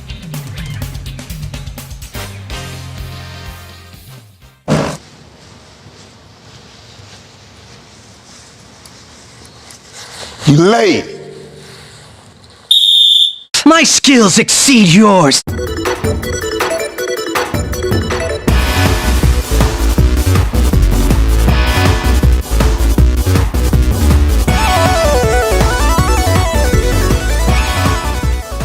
Oh, how the mighty have fallen. This was one of the best jobs in the original Yakuza Like a Dragon. Now, it's just okay. This job gets unlocked super late, and it is already outclassed by the Dragon of Dojima and the Assassin at that point in the game. It still does some really good blade and blunt damage while being able to take a hit. The epitome of mid. Not bad, but not great. Mediocrity at its finest.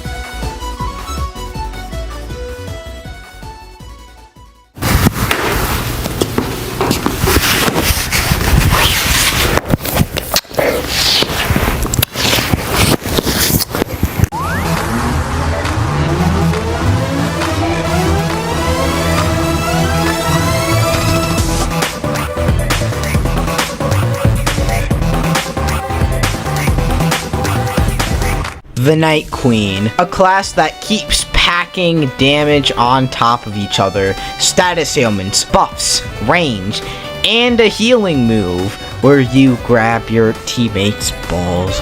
What is this series even about? However, this comes at a hefty candle rush, womp womp. But magic is not what you are here for. There is also the ability to add on some elemental damage to some of your skills for this one to pack an even harder punch. Overall, this job can hurt your enemies badly while also healing your allies. It seems that wraps it up for the C tier. You killed a child. Amazing. Mission complete. That right there is why you're the best, boss. B tier. I looked her up and down and I said, girl, you're looking fine. Then she pulled out a that was twice the size of mine.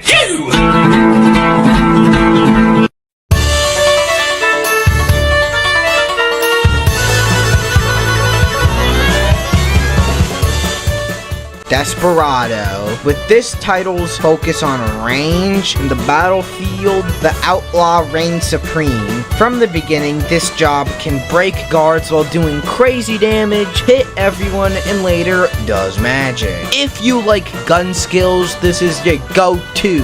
It's a physical powerhouse and gets the job done. Moving on. What Pokemon did you catch, Joker? I got a little punny, Batman. I got a little punny.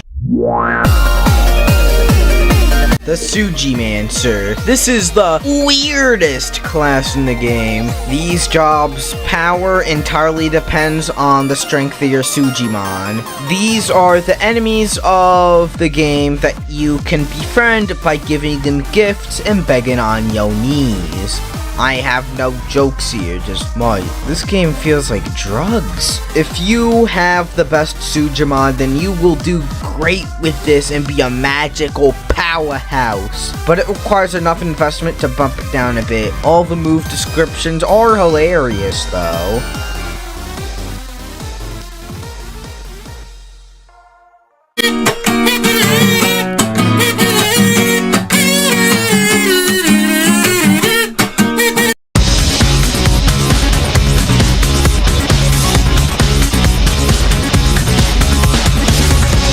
This class has it all. It's available early, can support the party, is an excellent source of blunt damage, and has an excellent set of healing essence moves. What is there to not love about this spectacular class? Well, not being the best. There is better.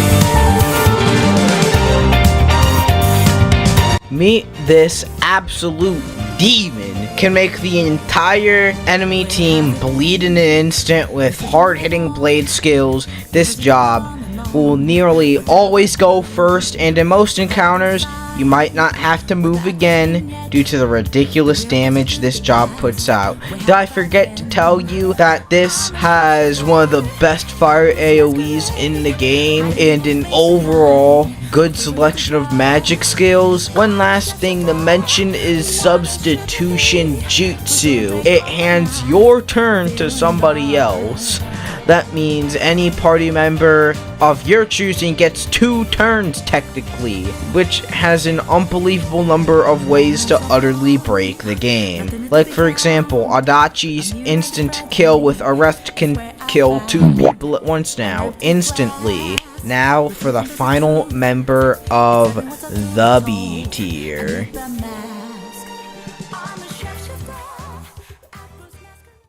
I have just one query.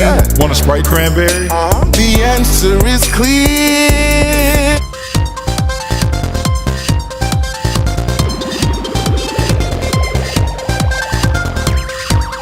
Host. The host is one of the best magic jobs in the game. While it did lose its near monopoly on good magic from the last game, it can blaze and wash through any enemy weak to water or fire damage. Its straightforward is an amazing mage.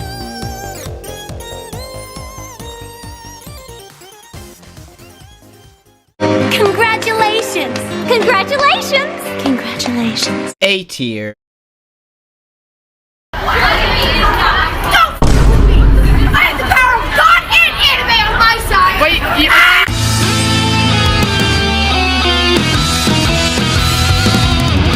It was once top of the line and undebatable for the best for Ichiban and in the entire game. It's now just barely in A tier. Even though it had a major debuff, it is still amazing because of its raw power and availability.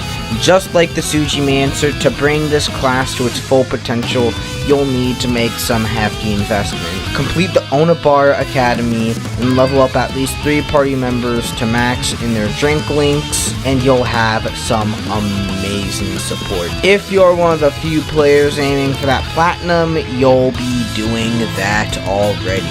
But still, had a major nerf, and there is an elephant in the room, which is, well, the second main character. So yeah, moving on. No, oh my god, young man.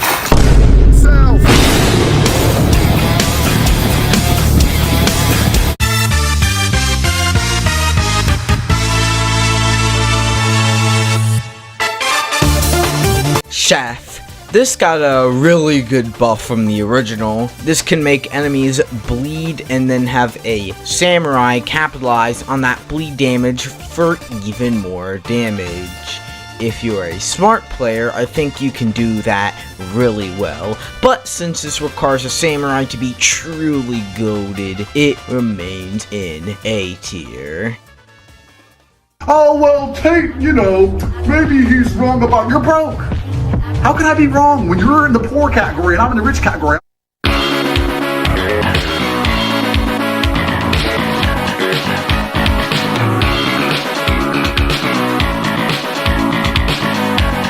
The homeless guy. You know that's not a job, right? We were already stretching it with Eris, Hero, Geodancer, and Sujimancer. But this, you could not put any of these on your taxes. Whatever, let's talk about this job. This is an amazing mage, only held down by its late unlock outside of the opening. This can cover all 3 elements if you have the right weapon type. It burns through everything in sight, has great range, and is a great option for a magic user when the team splits up. Truly a goated.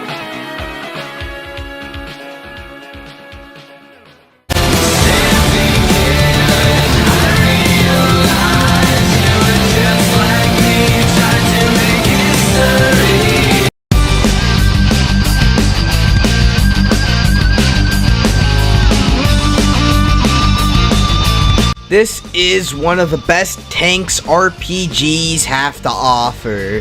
Does amazing physical damage while tanking almost anything and directing everything towards itself with hike. It's a hard unlock, but once you get it and put it on a dachi, nothing can kill you. It should really be part of your final team if you've bought the DLC. Yes, I did kind of bump it down, mainly because of the DLC. Cry about it.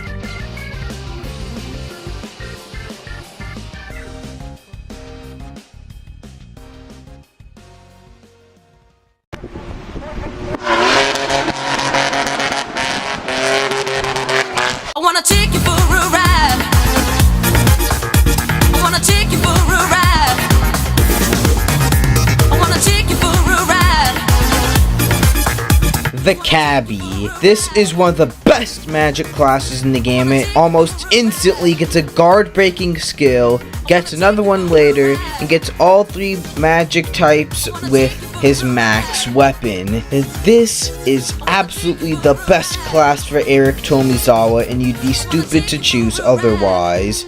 It's available far before the homeless guy, unless you count the opening dungeon, but that's super temporary. He also has some good physical damage, especially with his Essence moves, Jawbreaker, and Tire Tumbler. Truly an amazing mage for the ages.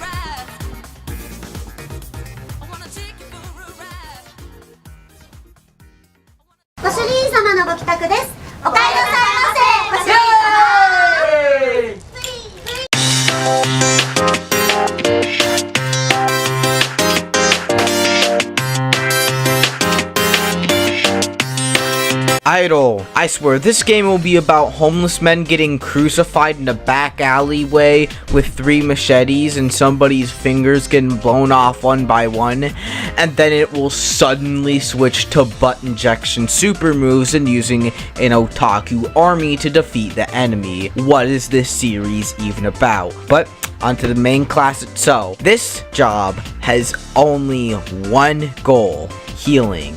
Man, it does that well. Has ability to revive a party member to full and heal the full party if you have enough range. Just keep clicking the heal button and you'll most likely be good. One problem, this job is very frail and it might not last that long.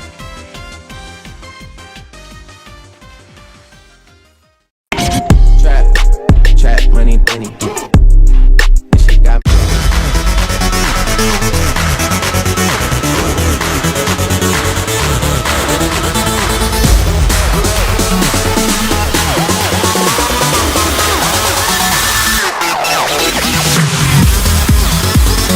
Housekeeper.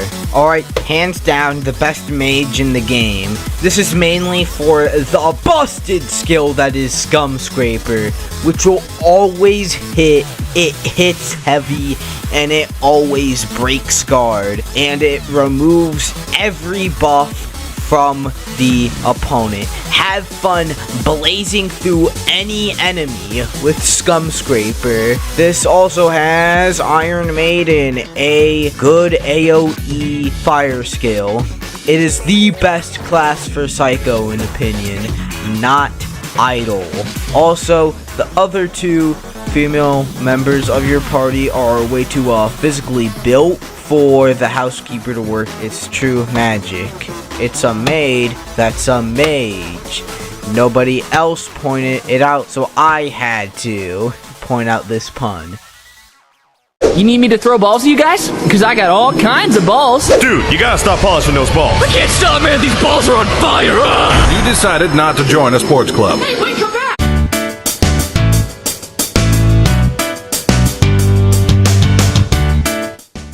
The Tennis Ace.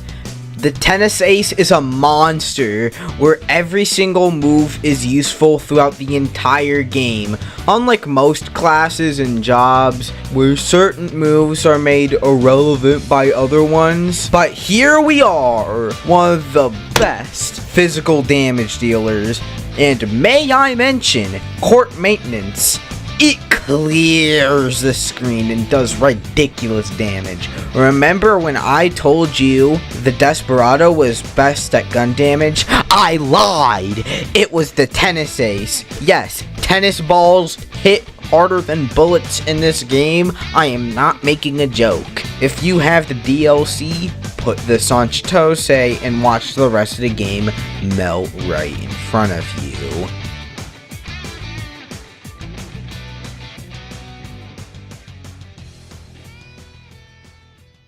If you're looking for ransom, I can tell you I don't have money.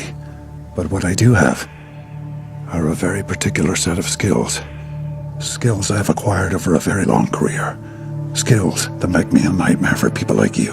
Only thing my enemies get is a lesson in pain. That's how it works in Comey Jewel.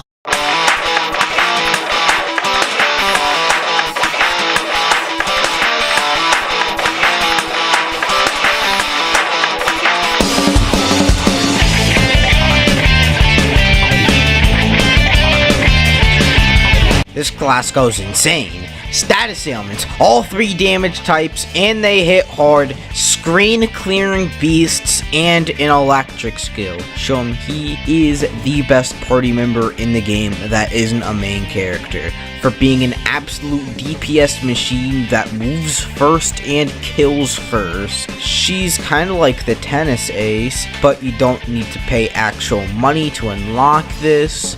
She has better availability, and with the right equipment, can out damage the Tennis Ace by a mile. Because of these 3 factors, she ranks ahead of the Tennis Ace in terms of usefulness.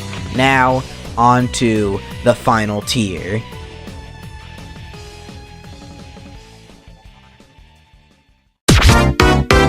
Smoking sexy style. The ever-faded S tier.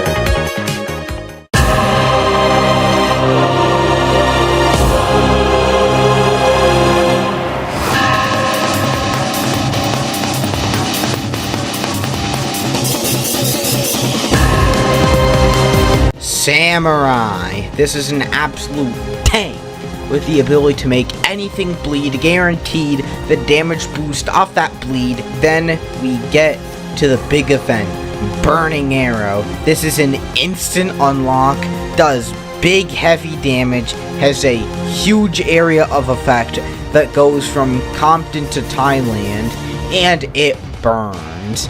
I gave every male party member this Burning Arrow move because this move is one of the best, if not the best in the game. An absolute crazy physical damage class, and it's a DPS demon, and by far the best job for Ichiban Kasuga.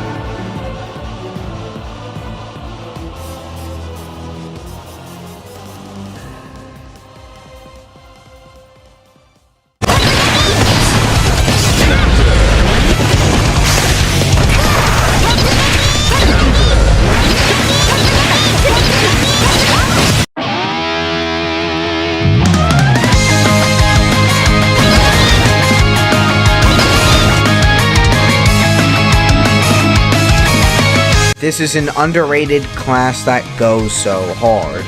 It is the best healing class in the game, it is available first out of the non-starter jobs. It has a healing move right at the start and an even bigger healing move down the line. All this combined with a class that can tank better than an idol makes for something pretty effective. You also get to smack people with an overly large fish, can't forget to mention that. For an effective healer, it still gets to pop off damage-wise, making for the best non-exclusive jump in the game, hands down by far.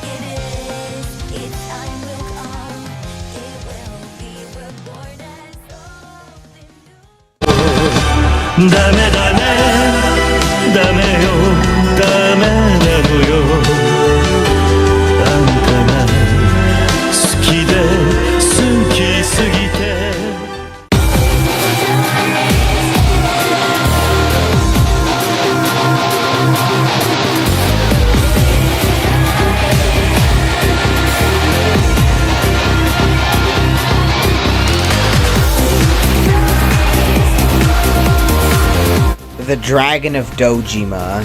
You knew this had to be number one. I knew this had to be number one.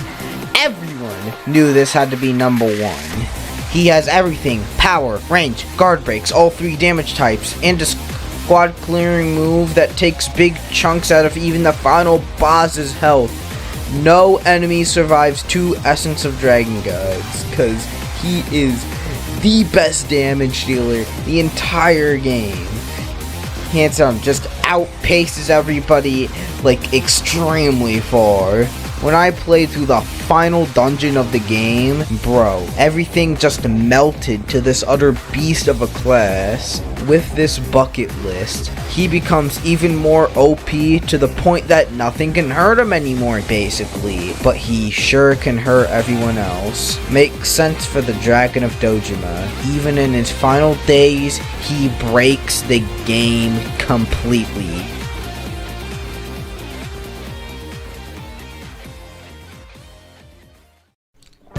And that's it for the ranking. I hope you enjoyed the video, and if you did, make sure to like, subscribe, and ring the bell. It only takes around like 3 seconds, doesn't cost you much, and I hope you have an amazing day. Now, fade to intermission.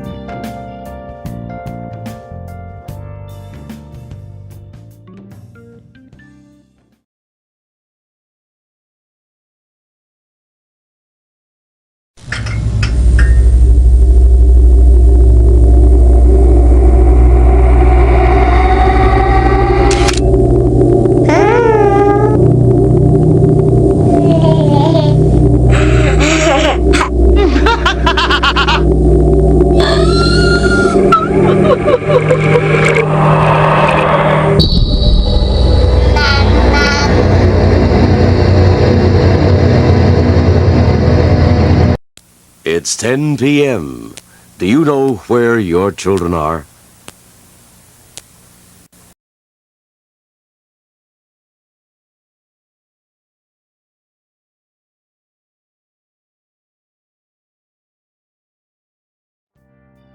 So, now we enter the second half of the story. Yes, we are only halfway through, over 2 hours into the review, and we aren't even close to done. There's just so much to enjoy about this game, so much I wanted to say, and I have so much fun talking about it with you, so let's get to it.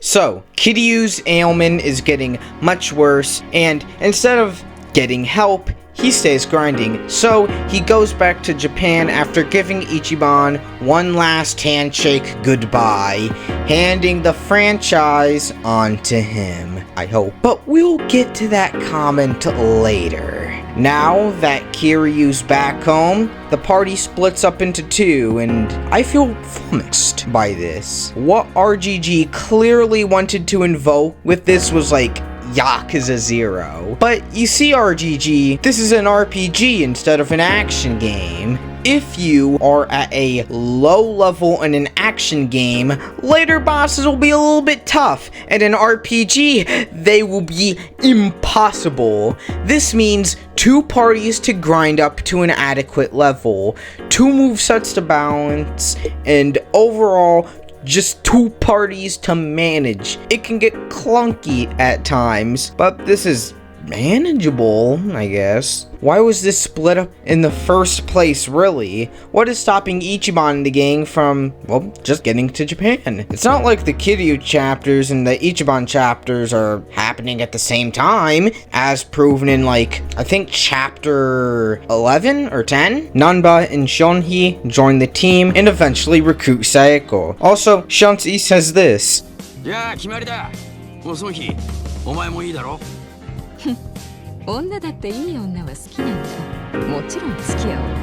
We then get a few really sweet scenes of Kiryu and the gang enjoying Kiryu's last days, playing golf and whatnot. But then we are reminded that God, loving his children, is questionable at best, as we are treated to, whatever this voice acting sin is. To say justice, we're breaking the law, breaking the world together,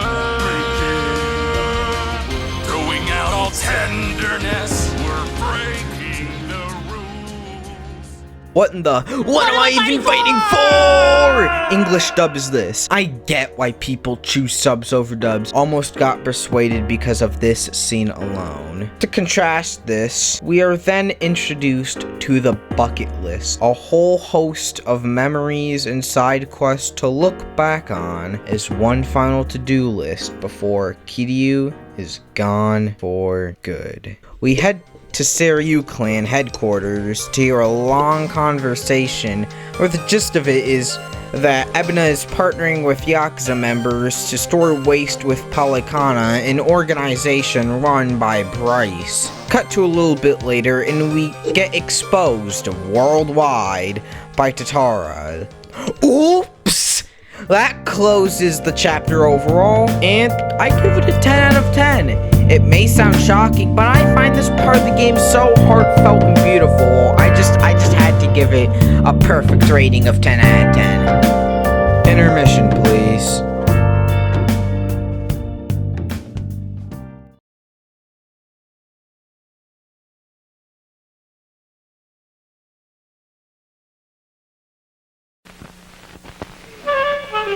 Can you keep a secret?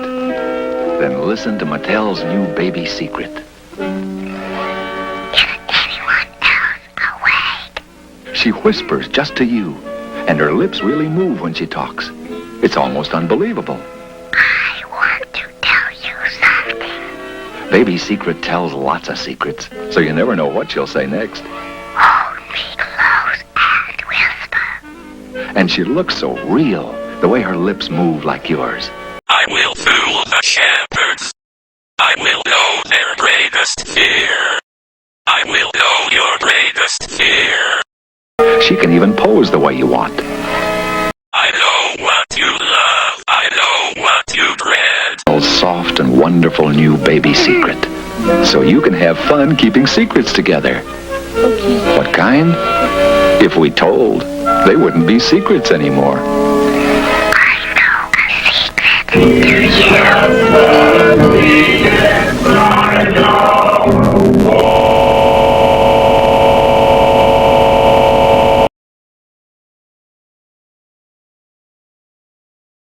Alright, we Daijabu, let's get to it. So now that we're back in Ichiban's part of the game, we need to go save his mother.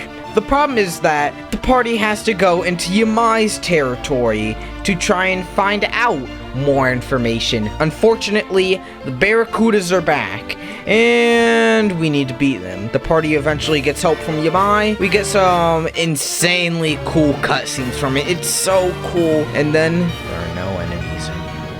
Only the party and Yamai are left. that means it's time for one last Yamai fight. Let me just gush about this fight. It takes place in the middle of an intersection while the sun sets. It's an insanely cool setting and makes for something super emotionally satisfying. It's appropriately challenging for this point in the game. Like, oh my goodness. Even though I was appropriately leveled in using the broken DLC classes, it was rough. Absolute brutalization. The fact he moves twice in one turn, it still hurts a lot. Once the fight is finished, a tattoo lady that works for him shows us to our mom. She just says she found her and there she is. The heartfelt discussion is, at least in my eyes, enough to redeem the extremely lazy way this is carried out. Even then, I feel kind of cheaped out looking back on it. It feels like the writers were just in a rush to get us to the set piece that is the reuniting scene without as much setup as they needed. It feels frankly stupid.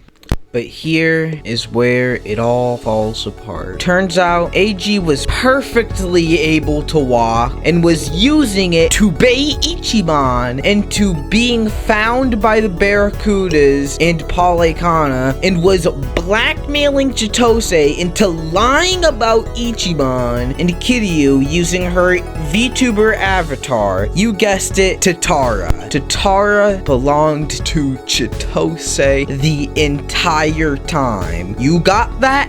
Good. Before getting through the rest of the scene, what are my thoughts on this twist villain? On the AG being a villain side of this twist, I think it's a good twist that makes sense. It's an interesting way to prey on Ichiban's character trait of being very sensitive and trusting. Trusting others has only gotten Ichiban more friends and party members, so it adds some good complexity and texture to the theme of trust. When I was playing through this bit of the game, I just got up and just stared in awe at the twist they gave me, and then I just fell to the floor. If they put some good foreshadowing before this twist, then it would genuinely be one of my favorite twists in the franchise. Thank you for peak fiction yet again, RGG. Now for the Chitose end of this twist.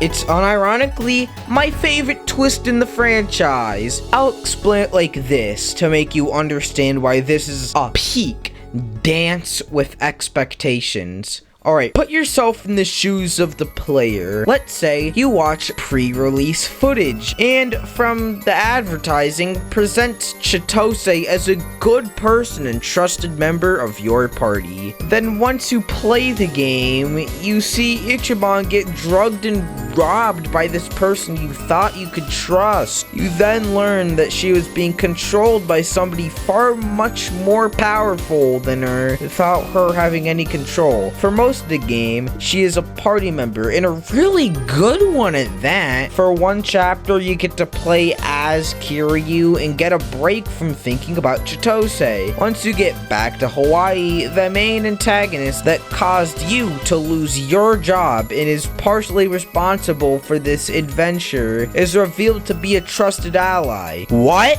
So that's the number of twists you get out of Chitose. For it to all revolve around a VTuber is just ridiculous, and the culmination of this franchise's love for pulling out the most insane plot twists and conspiracies you will ever see in a video game. However, Newton's secret unlockable fourth law of physics states that we cannot have nice things, as Kihei Hanawa and Wang To are killed with no fanfare and only one text box of anything resembling warning.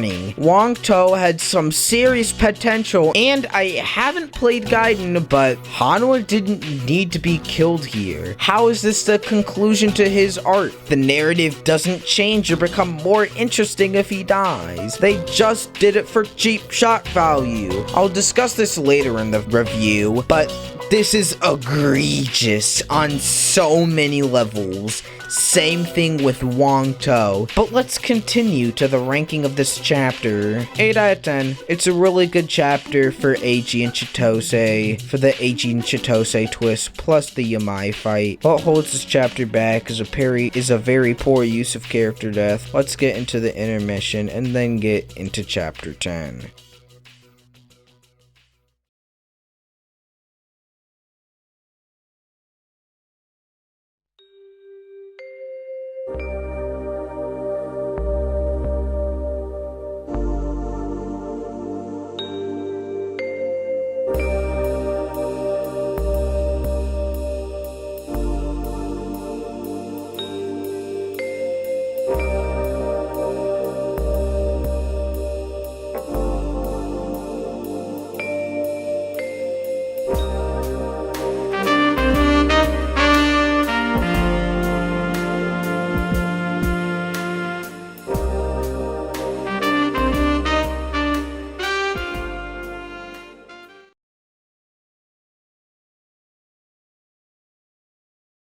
Alright, now it's time to go back to Kiryu, and now it's time to get info from Sawashiro about Ebina. The team goes to Survive Bar and recruits Tianyu Zhao. As a party member, he's kind of awful, not gonna lie. He doesn't have much use as a late game physical attacker. His job is already taken up by Kiryu and Shunhee, making Zhao pretty irrelevant. You unlock a dungeon that takes place beneath Yokohama and has a floor randomly generated, and you basically use it for EXP. I wish the designs for the floors were more interesting and complex, similar to Mementos from Persona 5 or Tartarus from Persona 3. Similar to the prior examples, I wish the Yokohama dungeon had some better visual design than just gray hallways. Alright, now we're at the Joe Sawashiro fight because I respect your time somewhat. It's the classic fight setup in this franchise of needing to beat the information out of somebody. This is one of my favorite fights in the game, hands down. While the story behind this fight isn't as compelling as the fight in just about 2 chapters, this boss has amazing gameplay and music. Yes, this boss's gimmick goes the extra mile and gives Joe Sawashiro a form for every single weapon and fighting style he used in the last game with your 2 fights against him. He is given the melee brawler from his form from his first fight. He is also given the katana, the staff, and dual wielding from his second fight. It's a genius way to build off the first and second fights to make them less like phases, more just forms that he will randomly take on. Also, the music is something to die for, so I'll just let you listen to this. Hold on.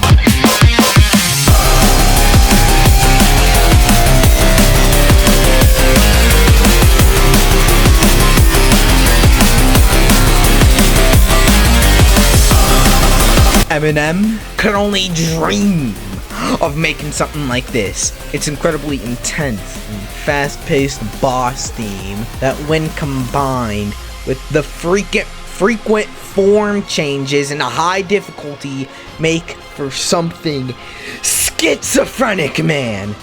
For general tips on how to win this boss, put Zhao in the trash. Zhao's an awful party member. Why does he even exist? He serves zero purpose. He should himself now. Also, if it helps, put the skill Substitution Jutsu on Shunhee. Substitution Jutsu is on the ninja class. I know it's called something different in the game, but I don't care. It's been half a year of this. Let's wrap up this chapter, man. Alright, to get through the exposition part of this chapter that takes place after the fight, Masataka Ebina's plan of the Second Great Dissolution is a front for Yakuza recruitment and is using said Yakuza labor for waste management, the job that partially contributed to Kiryu's health condition. He is also using this said labor and nuclear waste to work for Bryce, which will lead to both of them getting a ton of money. There, I saved you the cutscene that could last a pregnancy. If it wasn't for YouTuber Lamurte Blanca giving a really compact and funny summary of this game and for the rest of the Yakuza games, not gonna hold you, I would have shot myself trying to make this video if it wasn't for him. Go to intermission, next chapter.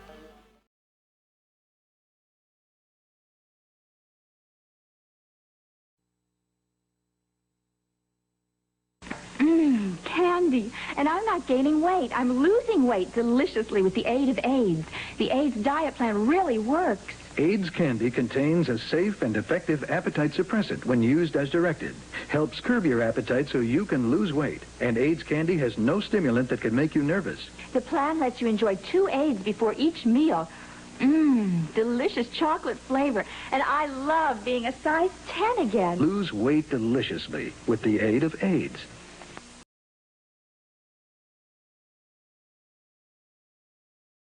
Alright, we back. We are in the last 4 chapters, the late game. Turns out Eiji is just a goon for the new major villain, Masataka Ebina. He also kidnapped Lonnie, and we need to go to his base and defeat him. Chitose almost blows his brains out, but he flees up the stairs. Then, the scumbag puts a little pipe bomb in Lonnie's lap. Nobody can catch it in time, and it just turns out to be tear gas. Well, still bad. Everyone needs to make the retreat before an infiltration to take this monster down. Make sure your levels are in order and you get a lot of healing items because you are in for a long haul. Yamai's goons betray him and run to Polycana's embrace, and the team worm their way through the horde and into the construction site, and at the end, you get to fight 2 cranes.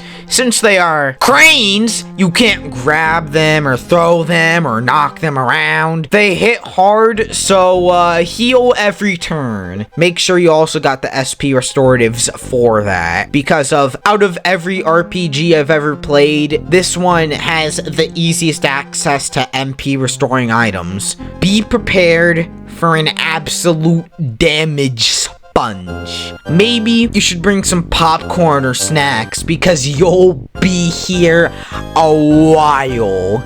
This fight is longer than both of the final bosses combined. Think of that. Then you take the crane and ram it into the next building without getting damaged. Then the party is split in 2, with 2 party members fighting some opponents and then 2 party members fighting some more opponents before progressing.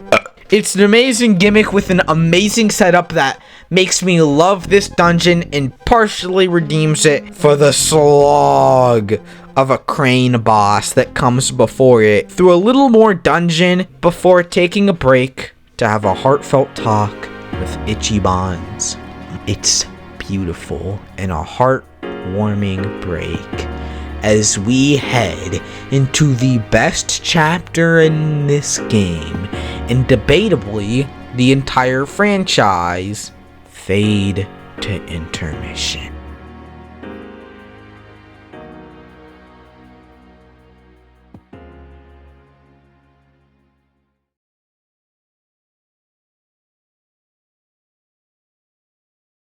She's got a smile that it seems to me reminds me of childhood memories where everything was as fresh as the bright blue sky. Now and then when I see her face, she takes me away to that special place. And if I stayed too long, I'd probably break down and cry. Oh, sweet child of mine.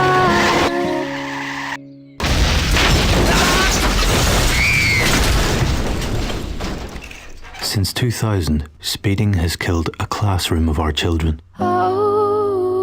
Shame on you. Sweet love of mine. You can never control the consequences if you speed.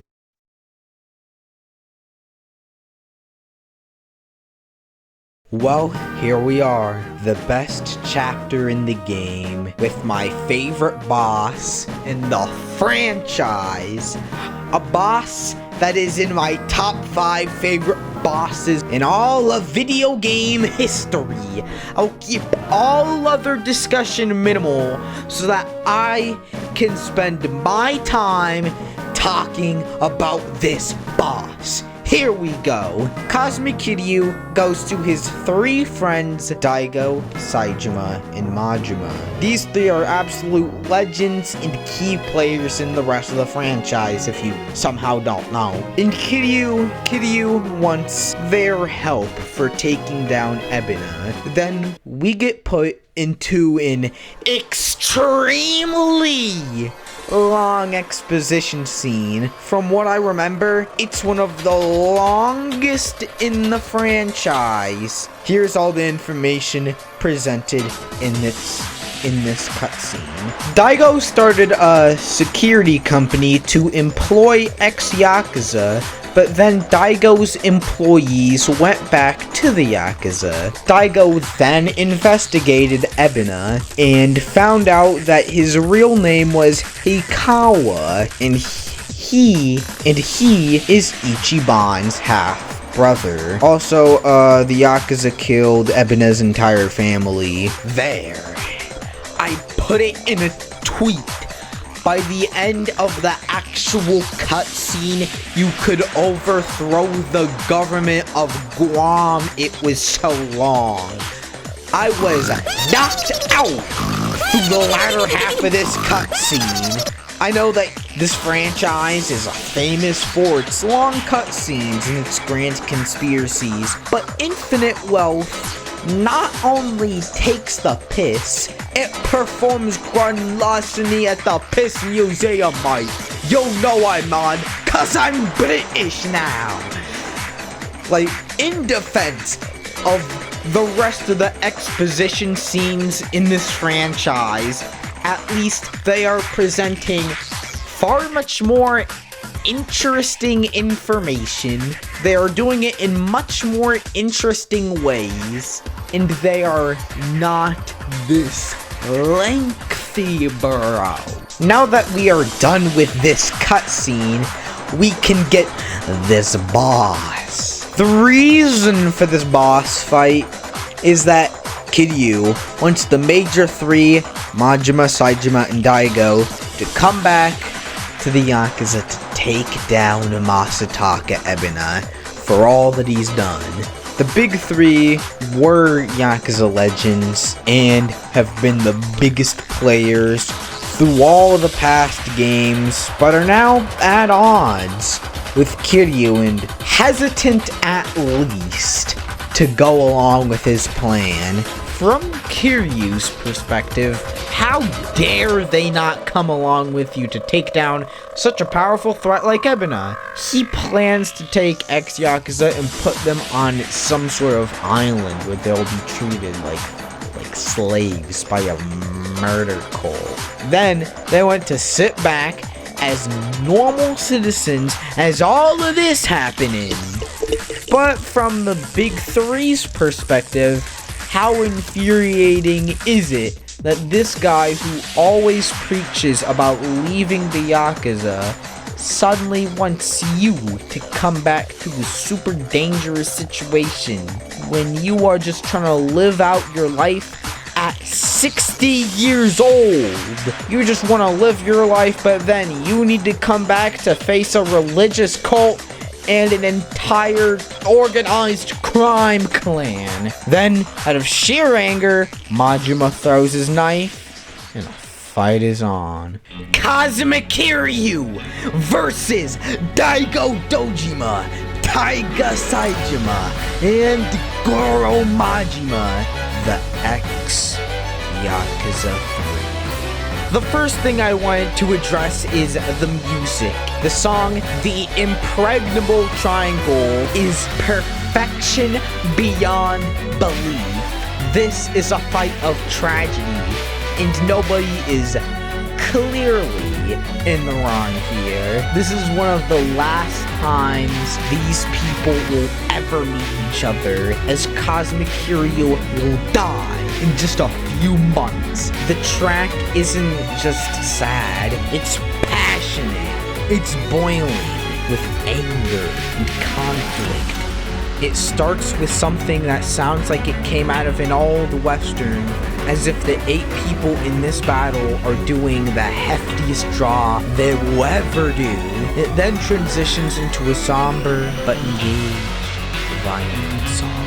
It's tense, and it's ready to fight. It continues like this until it swells into a guitar solo at the 120 mark. Let me show this to you. It's gorgeous. Peak.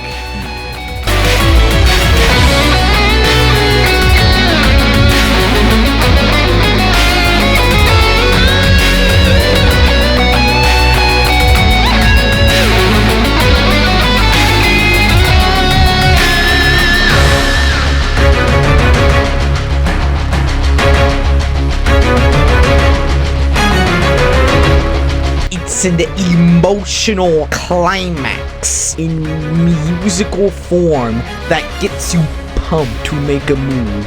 By this point in the game, you definitely have some of the flashier attacks at your disposal to make it look even cooler. But that's just the music. How about the gameplay? It's also perfect.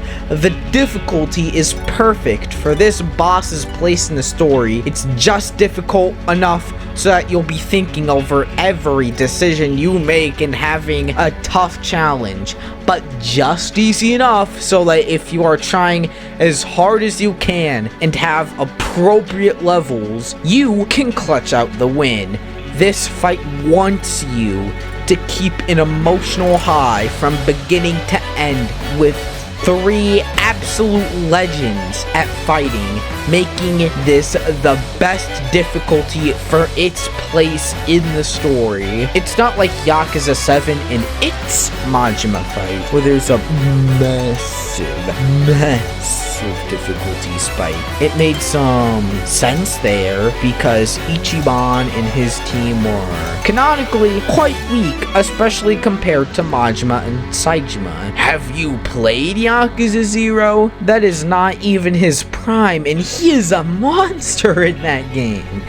Now, we are fighting on equal playing field now that we're playing as Kiryu. The difficulty is very engaging all the way up to how things conclude. Kiryu summons his power to do real-time action combat to fight them how they used to one last time. Right before each opponent is knocked down, they are taken to a different arena, formed of their memories as a slightly remixed version of Impregnable Triangle plays, combined with fight themes from other games, Majima and some Receive You themes, Saijima and Massive Fire, and Daigo and For Faith. What a great tribute to all 3 characters. Even if you haven't played every other Yakuza game, you'll be happy through this fight. Before playing Infinite Wealth, the only 3 Yakuza games I've played were Yakuza 0, 7, and Kiwami 1. In the middle of making this massive review series, I beat Kiwami 2, so I can support what I just said. But I at least have a good idea of the broad strokes plot of the rest of the other games. Knowing that made this fight feel legendary. For all the things I just said, This boss is a masterpiece. Cosmic Kiryu walks off from this fight, most likely to never see these three ever again. Fade to intermission.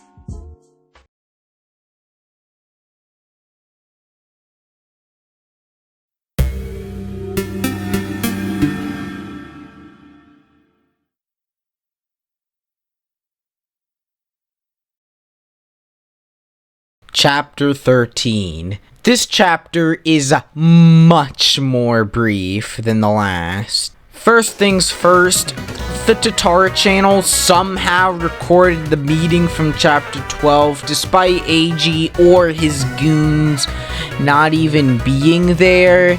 The channel is framing it as if Kiryu wants to bring back the Tojo clan. This is also worsened by the fact that the Seiryu clan is joining forces with an organization known as Bleach Japan. Do not abbreviate their name. If you don't know, they are an activist group from the previous game. They're pretty annoying and led by Ben Shapiro, as with all bad things. Jun Gi-han suddenly shows up one last time 2 chapters before the end of the game to become your party member. Also, he found where the island is off screen because VPNs, whatever, who cares. Dwight resurfaces as a minor grunt, which I have a major problem with. Go back to the Dwight section for more information if you forgot, since that was over 2 hours ago. There's a big fight where a shark is present, and it is quite uninteresting for a fight where a shark is a stage hazard. Then Dwight dies of a shark attack. What an ironically sudden and short end for such a great grand person. Yamai then hands himself in for all that he's done, but not before one last twist about his backstory. There was once an old woman that Yamai used to love all those years ago. She had a husband, so Yamai and Yui Tabata, the old woman, could never be. One day, Yamai was offered the chance to kill her husband, but when he took the offer, he was falsely accused of trying to stab her and then going for her husband. He was then exiled from everything, but then he saw her happy a few years later and got chills ever since. That's why he wears his coat and could only stand to take it off when other old women were around. Now is his last chance to repair the relationship, but they can't even communicate anymore because the evil old woman was struck with dementia. Yamai leaves and the curtain closes on chapter 13. Man, one of the best antagonists in the franchise just got revealed to have just such a horrifying backstory, man. Before we get into the last chapter of Infinite Wealth, I think it's time to take a small breather to talk about some miscellaneous critiques I have with this game. Fade to intermission.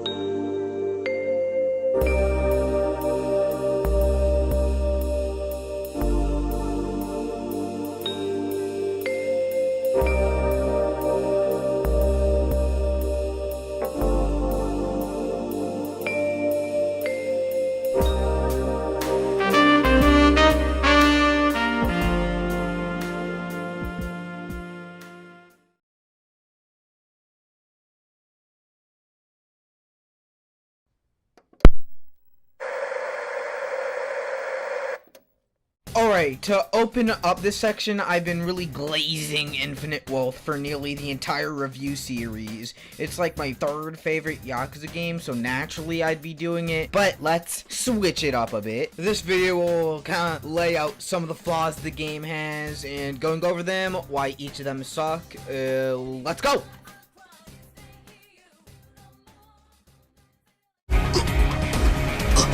Late. Oh no.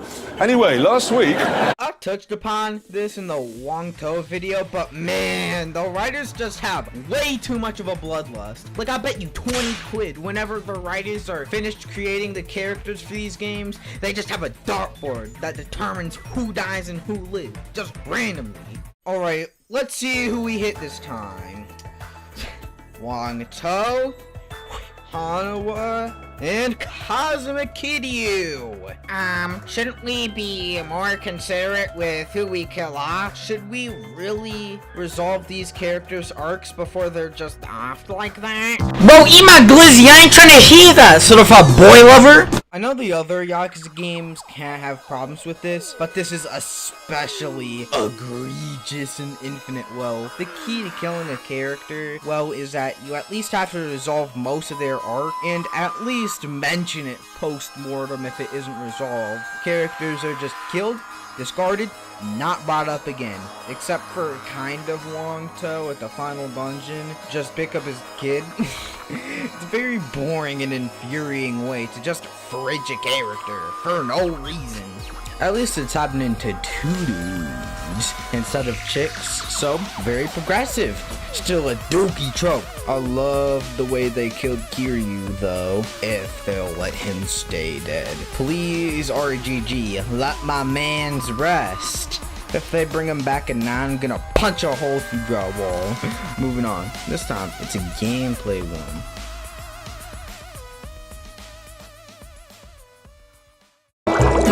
I'm waiting. I'm waiting. We're waiting. SpongeBob, what are we waiting for? This is a much more minor complaint, but one of the most impactful game mechanics is unlocked in like chapter 5. Out of 14, this is 1/3 of the game where you don't have one of the most marketed features. Imagine the next Mario game comes out and the first 4 worlds don't have power-ups. Imagine if you didn't unlock the other styles in Yakuza 0 until chapter 8. Imagine if the next Pokemon game comes out and you can't catch Pokemon until Gen 5. Granted, the more recent games love removing random content, leaving a very bare bones experience, so this might actually happen with the Pokemon games. These cases are all obviously absurd. Like, this is like, what, 15 hours into the game? The only 2 reasons I could see for unlocking the jobs this late is that they want you to use the default classes for a little bit, and they wanted you to wait for the female party member because the women characters have a completely different set of jobs in this game. They should have introduced the jobs/classes right after you get Eric, and just have a little blurb for when Chitose joins that says something like, hey, the women party members get a separate set of jobs. Just wanted to let you know that was such an easy fix. I didn't know how they didn't come up with it. Like, what were they thinking? If we broke it off, then you know it wasn't painless. If she got a watch, then you know it's not a stainless. I was out here fucking fans, I was shameless. Alright, Waikiki downbeat. Man, this is the default battle theme for Hawaii, and just listen to this.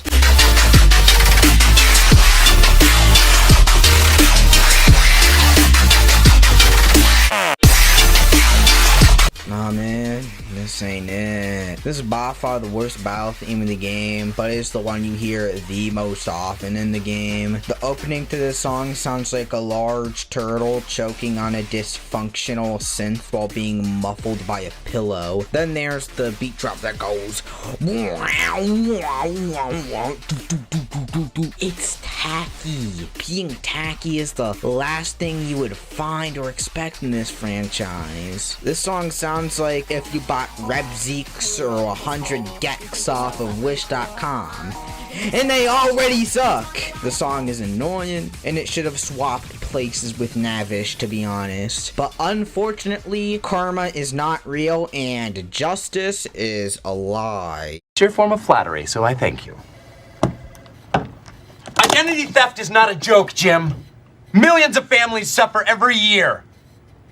My God! Alright, this one's gonna be really short, but this man is doing little nothing to actually hide his identity like he said he was gonna do. He has done nothing to change his appearance and even announces his name out in the open to a mere fangirl. That could have been a spy for all you knew. Bruh, a pair of funny glasses and an impression would have been better. Legit. On to my last complaint. Let's go.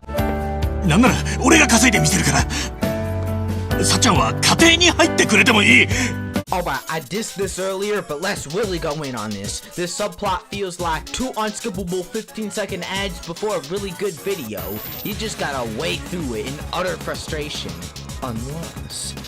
Alright, what would really change about the story if you cut out this plotline? Nothing! Absolutely nothing! That's what... Why is this even in the story? Just to give him a love interest that's in another country for 85% of the game at most? Why isn't this optional? Seriously, how couldn't this work like the one in the last game? If it ain't broke, don't fix it. Also, why does the post-credit scene have to be about this? Everyone's reminiscing on the arc they went on, and then we just drudge this random subplot back from hell to throw it in your face one last time? What a spit in my face. Also, this is your post-game reward costume? Compare this to the post-game reward from 7. The first one is obviously better, but no, this dumb romance arc had to take that one too, apparently. One last thing. It's just cringe. That's it. The go down and say that you love her scene feels like it should be happening between 2 teenagers. This subplot dialogue made me age like 30 years, bro. I can't take it if it happens in the next game. The script, at least, and hopefully this video, was made before the RGG Summit and the Tokyo Game Show. Maybe the next game won't have a crammed-in romance that feels half-baked just because a male and female character were in close proximity. I don't know. Maybe the next game will center around a very wholesome and well-written marriage between 2 dudes. Not the gayest thing these games have done, if it were to be real though. And that's why we love these silly little games. Variety is the spice of life. In conclusion, overall, I still love these games and whatever direction they plan to take the series. But I overall think it's important to critique your favorite pieces of media. I also think it's very valuable to say good things about the media you dislike. It's good for your ability to really analyze and properly consume what you enjoy. Sure, Infinite Wealth has fallen off the #1 spot for me, but it's still high up there for me on the best Yakuza games. And hey, it's a really good contender for Game of the Year, maybe even #1. Now for any other critiques of Infinite Wealth, I feel like I'm forgetting something. If after all this time I've spent here with you, I'm drawing a blank on a hypothetical Infinite Wealth critique, then oh well, it must be very non-important and not mentioned at all. Oh well. Now that we've taken stock of everything, I think it's time to head into the finale. I hope you're ready, because we have the final stretch to get through, and a powerful one at that. One last intermission, and then we can hop into the end of all this. The end that will come for us all, whether we want it or not.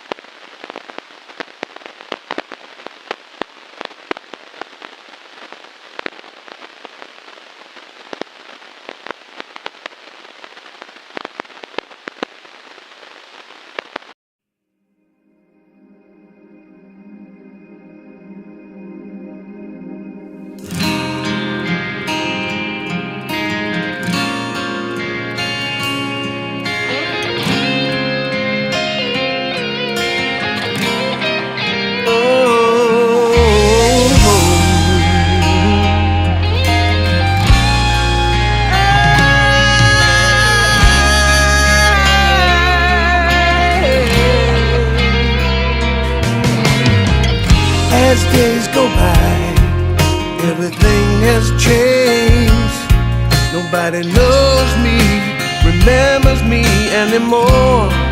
I'm fading away, even I don't belong to you. Those days are far behind, but I pray you're happy now. Serenity in your mind. I'm leaving right now. Hold you in my arms, such a precious heavenly time. Losing my name, nowhere to go, but I can't stop loving you. Told you no goodbye, such a precious heavenly life. I'm only breathing in your memory. I'm fading.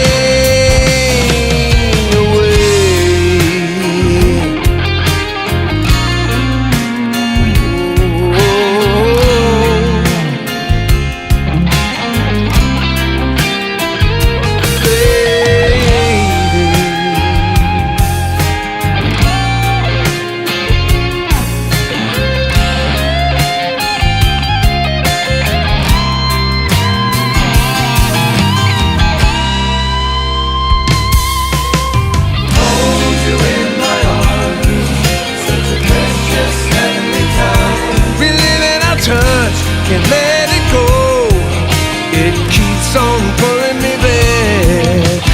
Told you no goodbye, such a precious heavenly life. In my head, there's only regrets, should have made a life together instead.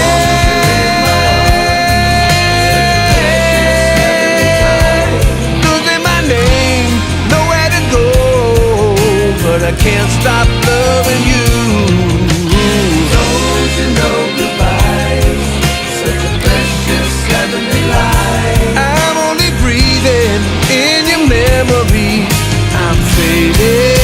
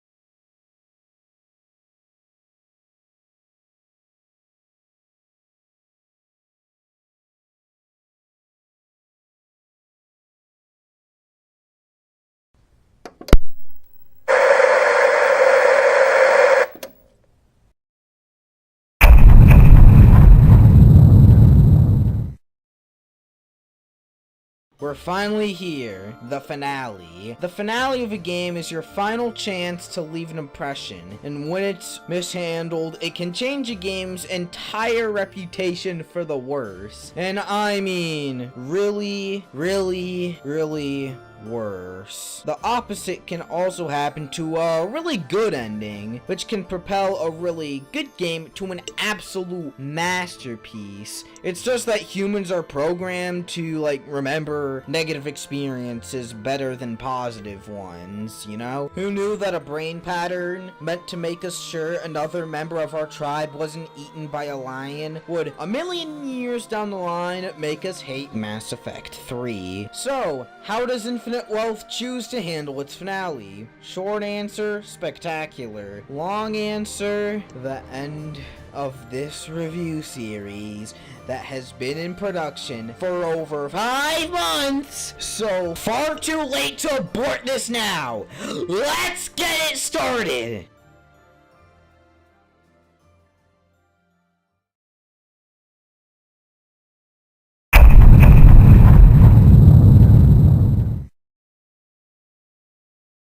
To get the end started, or it sounds confusing but get with it, we have a meeting with him. I'll go all in on him when the time is right. But just so you know, I'm counting down the seconds until I can unleash the bladder in my quivering heart. Just you wait, you waste of skin.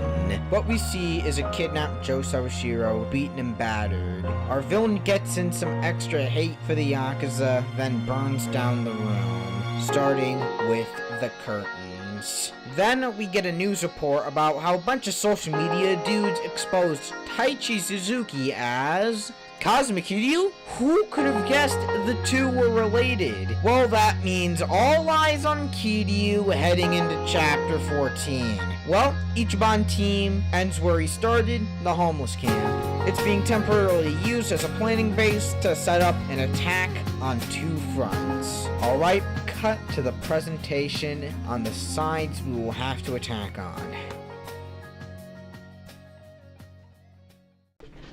Alright, so, Bryce in Hawaii. Basically, he's shipping people to his island of exploitation, Nele Island.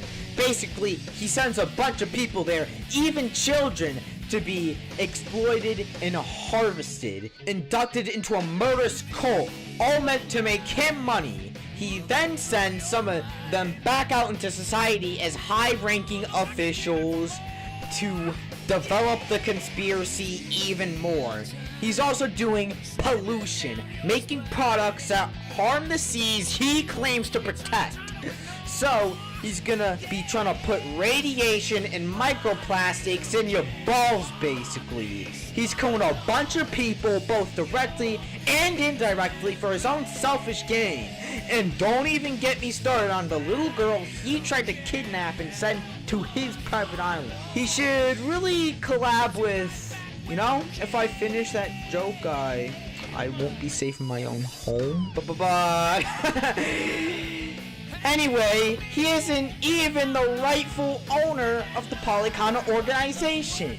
The cult he's running. It's Lonnie. That's the correct leader of this organization. So he tried to kill this little girl on his private island. Ichiban and his crew messed him up earlier, but we gotta bring it to him over that. Alright, let's get him! White Masataka Ebina in Japan. He's been taking advantage of ex-Yakuza members and is about to ship a bunch of them over to Nele Island to shovel radioactive waste forever as basically slaves. He's basically Bryce's second hand in command. But newsflash, he's only the second hand. So that means Bryce isn't getting off. He's out for both Kiryu and Ichiban's heads. So we gotta dash over there and crash that puckered face pinstripes party. Alright, now that we got our bases covered, let's launch the assault on Bryce on Ichiban's side and then go over to Kazuma Kiryu. May the assault on Bryce begin!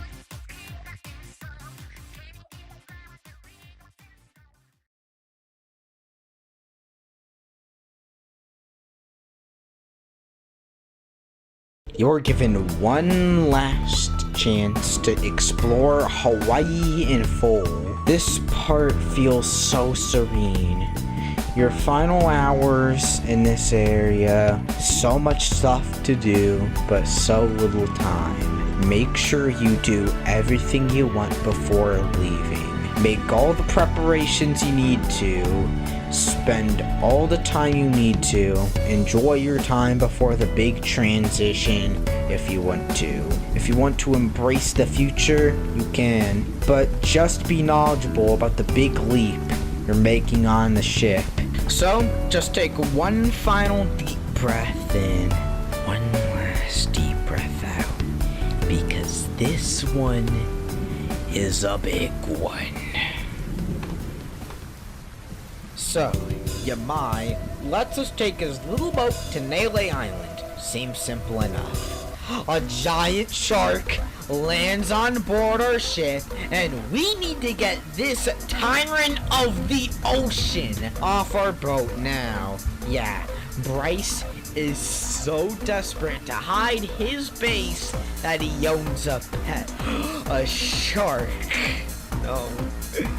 Since this thing takes up half the boat, we gotta fight this thing like a normal RPG boss. I would like to start this by saying being able to samurai slice a giant shark while epic orchestral music plays in the background alone is a good enough argument for this winning game of the year. Probably the win is going to call the Black Slop 6. But anyway, back to the boss. Accuracy sure isn't gonna be a problem here, but what it makes up for it with is being one of the heaviest tanks in the game. It's gonna be a long one, which is why I stocked up as much as possible, because I knew that there was going to be one big barricade between me and Bryce.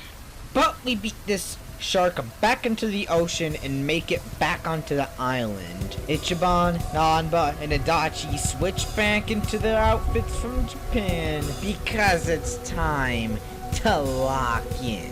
Now it's time, Ichiban's final dungeon.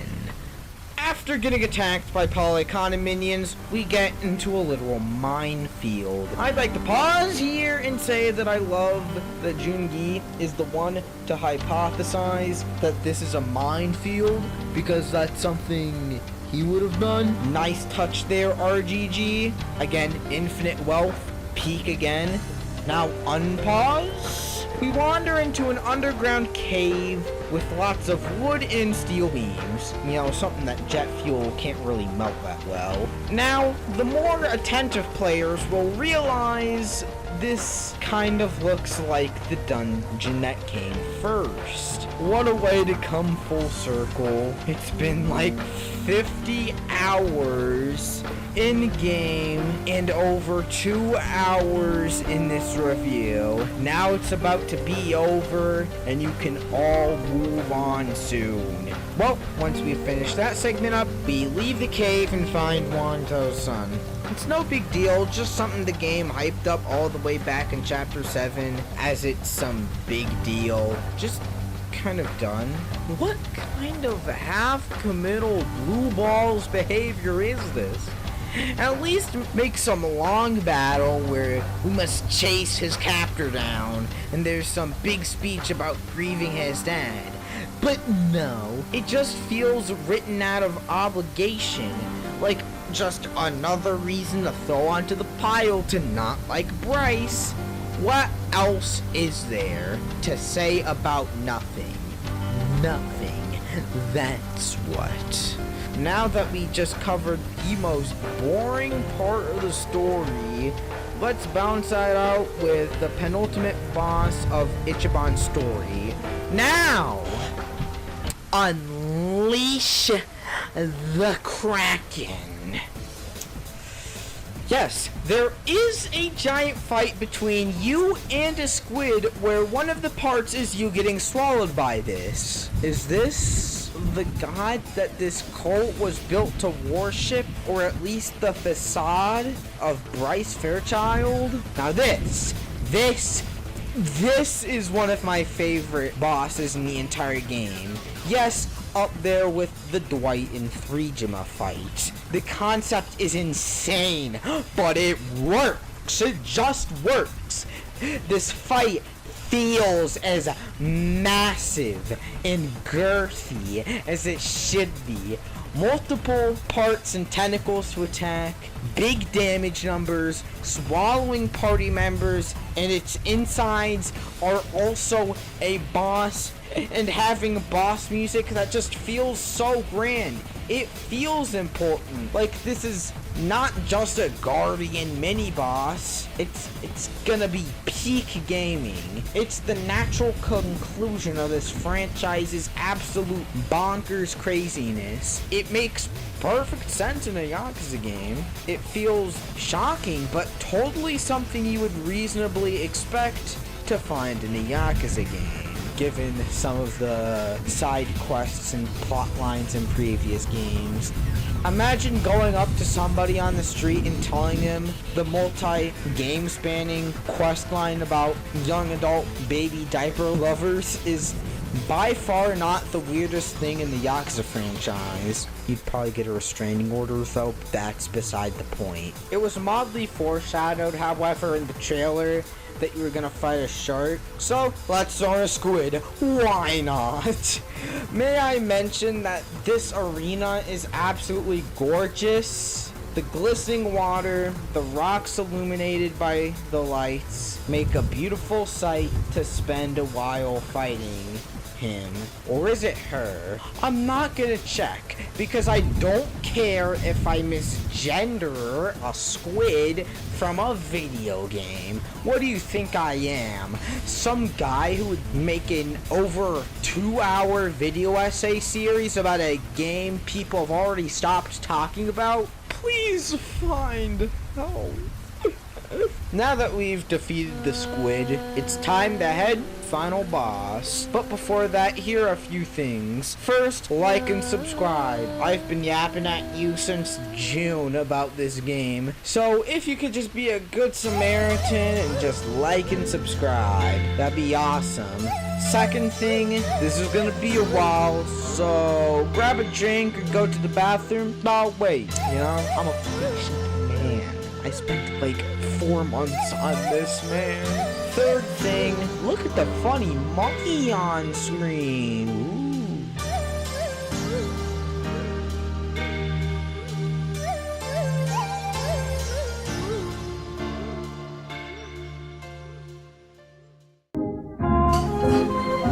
I'm the sous chef here.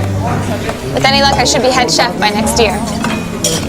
I've got this amazing fiance, who I won't be marrying this weekend, because I'm about to be in a terrible accident.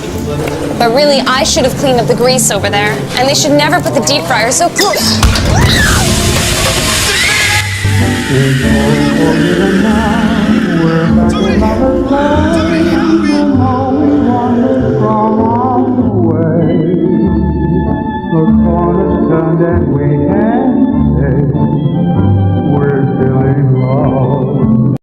Well, let's hop into the final boss. We pass through the boss door, and here Bryce is, sticking to his cult ideology and revealing that he had been Polycana's sage for over 70 years. Over the course of his little speech, it becomes very obvious what Bryce is supposed to be.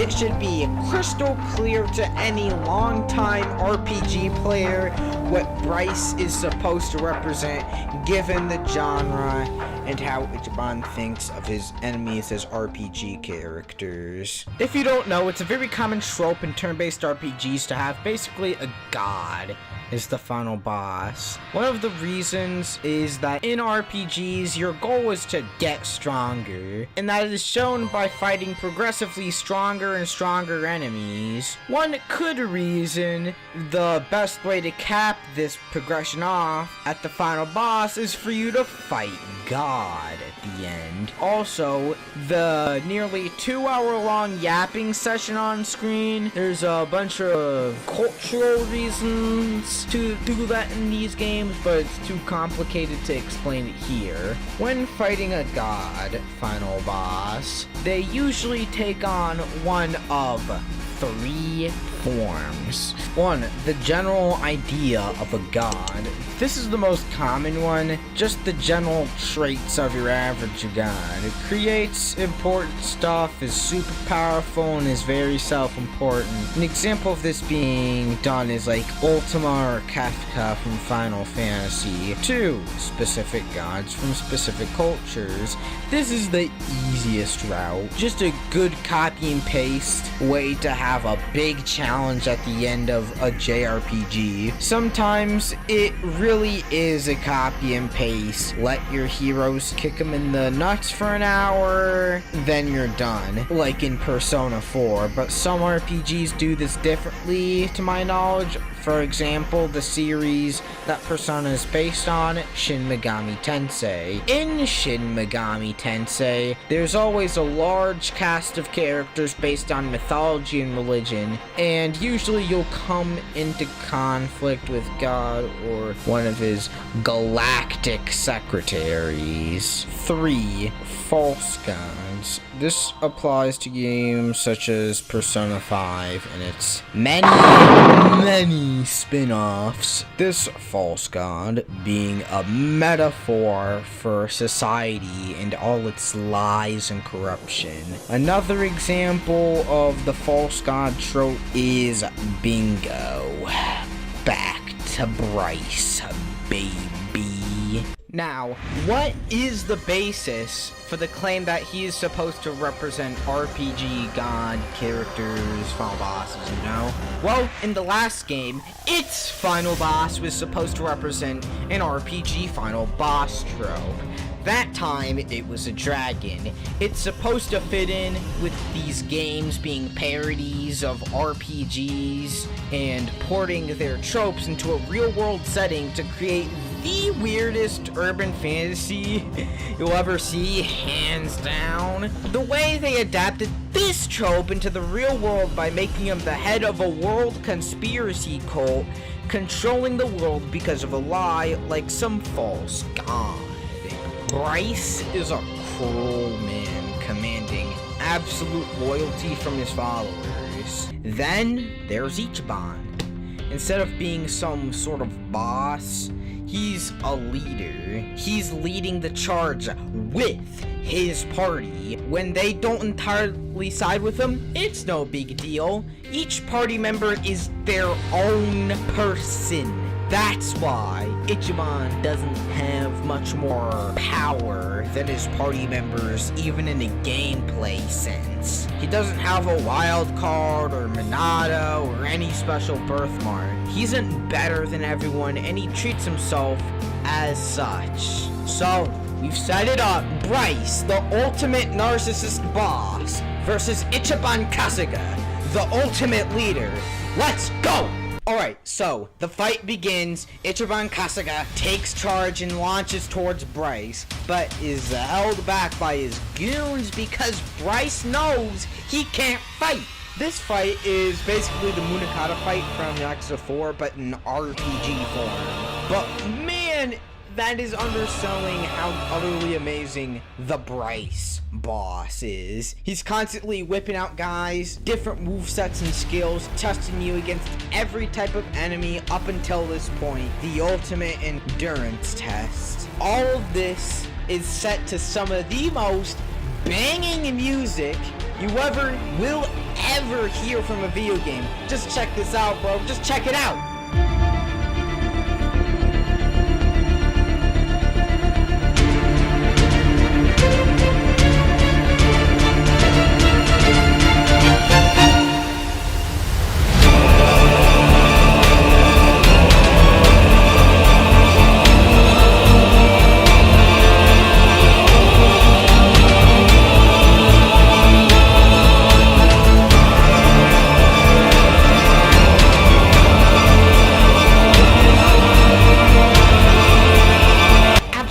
Amazing music to put in the background as you slowly work your way through his seemingly endless amount of NPCs and gooners. All of this builds up to the final phase. Bryce by himself.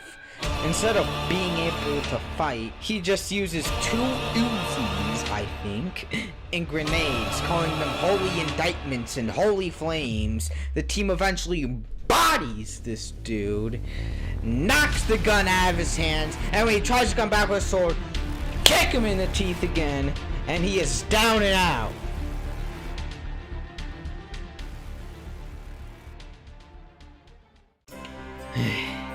It's all over now. He's been defeated. The menace that loomed over Hawaii with his shadowy hand has now been beaten down. Then Chitose fires upstream, revealing herself as Tatara to the masses. The identity that she used in order to falsely incriminate Ichiban has now been used to take down genuine, actual evil. What an amazing way to tie up this game's themes of redemption. Truly, what would be better, honestly? This ties the whole game circle, showing that she has actually changed as a person, growing from becoming friends with Ichiban, learning to trust other people. She does kind of snitch on Ichiban after her heel turn to the party side, but that's how people were. Once somebody pledges to stop doing a behavior, they usually slip up from time to time. Everybody messes up on their way to change. Everyone on a weight loss journey has given in to a donut or two, you know? But the effort is what counts. That is what Infinite Wealth has decided to say. Forgive others, but be sparing with who you forgive. A hand wasn't extended to Dwight and Bryce because they're de facto awful and don't need to be welcomed back into proper, polite society. Sorry, there is no, guys, he said he's sorry in this one. That's honestly about how stories about forgiveness should be handled. But back to the story. Bryce tries escaping this situation by jumping into the water, but we make him live to see him face his crimes and get the coolest line in the entire series, in my opinion. You're not getting the last laugh! If you think you're going out in style, you've got another thing coming! Enjoy your flight, asshole! What a legendary way to end Ichiban's story. It's over. What a beautiful way to end the game. Oh wait! It's not over! Now we have to talk about Kiryu's half of the ending. This means we have to talk about him. In alchemy, the law of equivalent exchange is always true. Sadly, it's true here. Go get a drink or snack, use the bathroom, put a cat in a deep fryer, anything really. Let's go to the intermission. 3, 2, 1, go.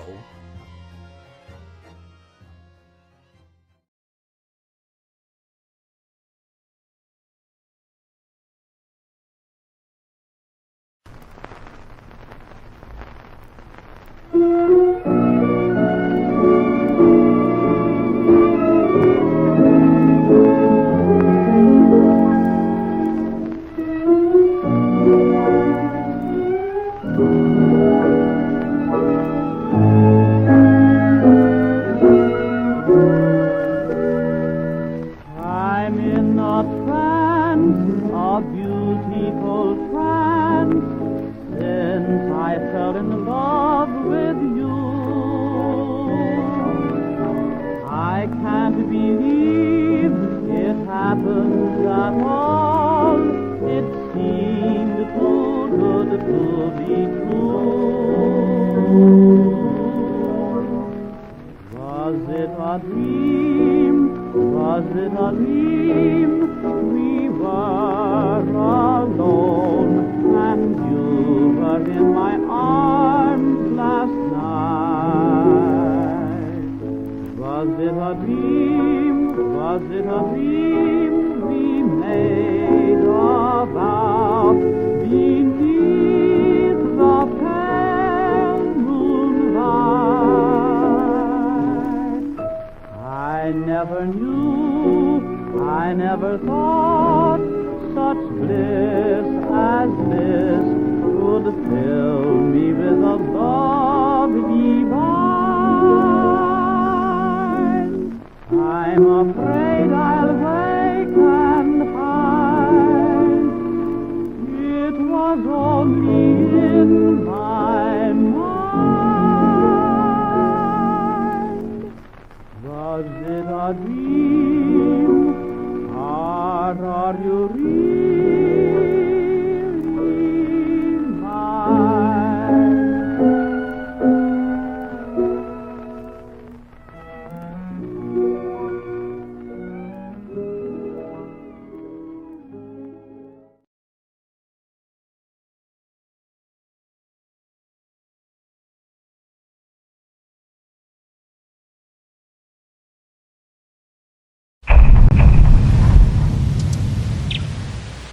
Alright, here's the end. The segment of you getting to explore before the Millennium Tower was one of the best parts of the Kiryu ending. It's a serene beauty. Getting to wander around the usual Kamurocho stomping grounds one last time before you are carried off to what will be the last battle of your entire life. I chose to finish most of the bucket list before going, but once you do, you can never go back. Alright, let's charge into Infinite Wealth Sending. So, for one last time, Kiryu tries to go in alone.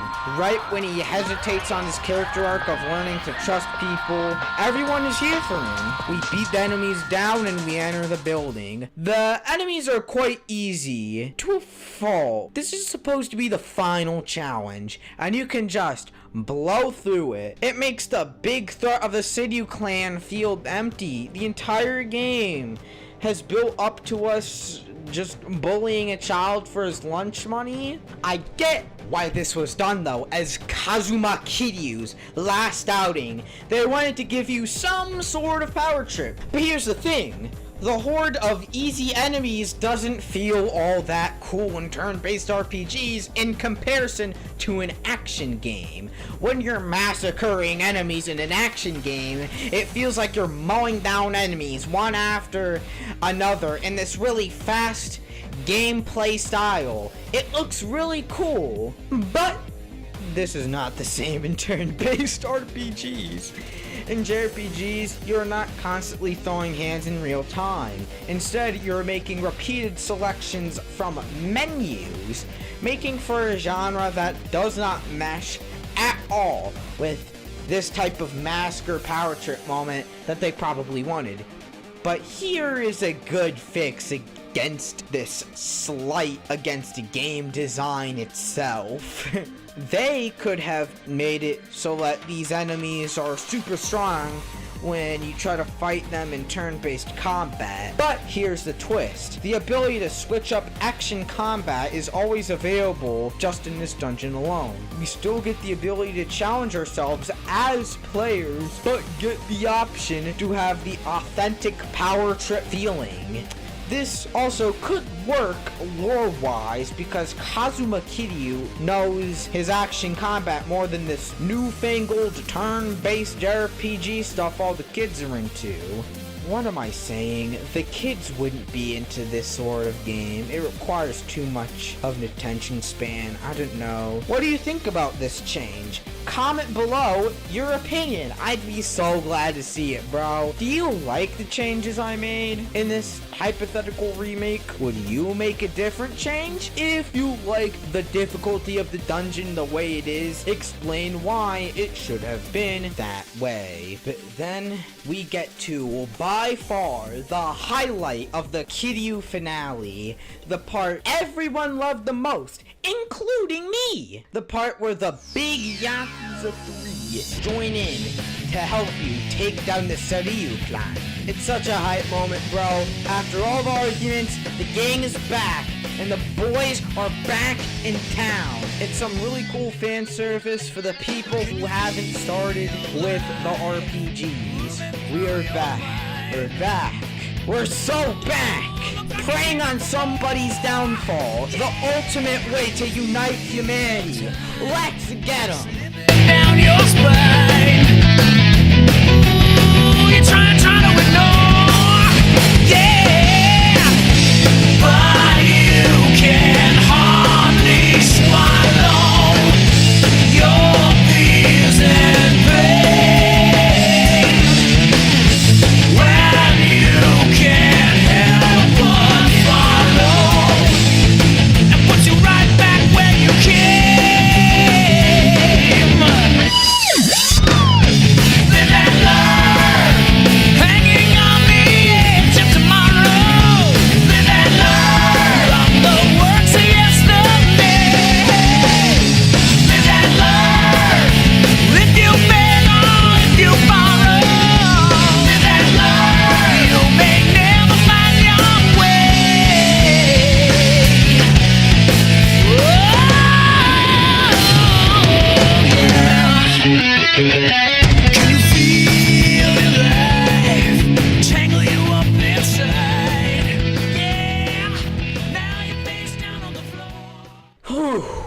a good scene, but that means we are so close to the final boss. One last chance to relax, save, and restore health. Some final things I have to say is that one of the rooms before the final boss looks gorgeous with its little spiral lights. I'd just say Lame Tower looks beautiful as usual. One last thing, make sure you have Shunhee on your team going into this. She's an absolutely just crack physical damage dealer, as I have described in the job ranking part of this review. Now, let's get started on the final boss. Ready? 10, 9, 8, 7, 6, 5, 4, 3, 2, 1, 0. Let's go.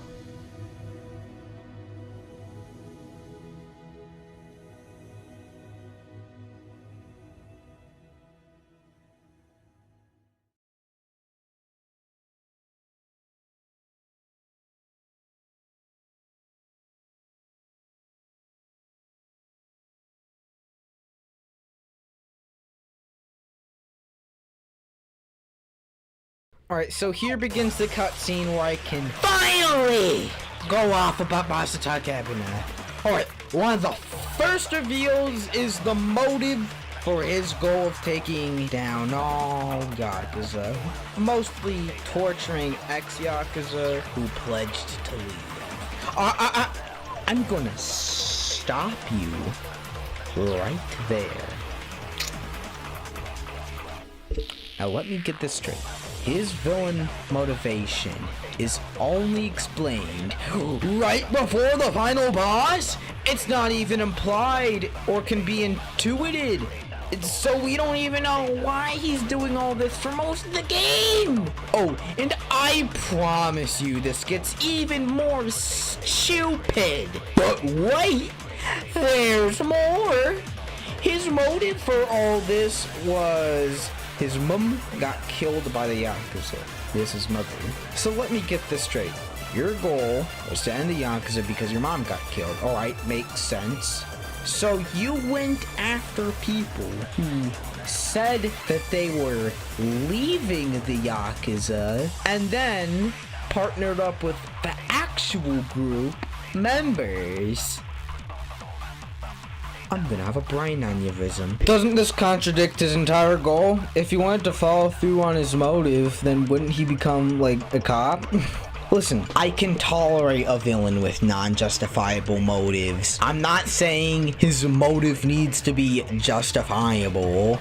That's part of being an outright pure evil villain. I can't rock with a villain whose motives, goals, and actions do not align at all. To end the Ebina rant, let's talk about the game trying to switch lanes last minute to this laughing and screaming psychopath with his little laugh he's got going on. Make up your mind game. Is he a mastermind or some sort of psycho killer? I just can't take Masataka Ebina that seriously. He feels like a whining, spoiled, petulant child I have to deal with, distracting me from all the cool stuff I could be doing, rather than a worthy threat, let alone the final villain for Kazuma Kiryu. In conclusion, in all my years of playing video games, Masataka Ebina must be one of the worst, if not the worst, villain I've had to go up against. During his little monologue, I literally fell asleep, bro. It was that boring. Let's just get this over with and talk about the boss battle.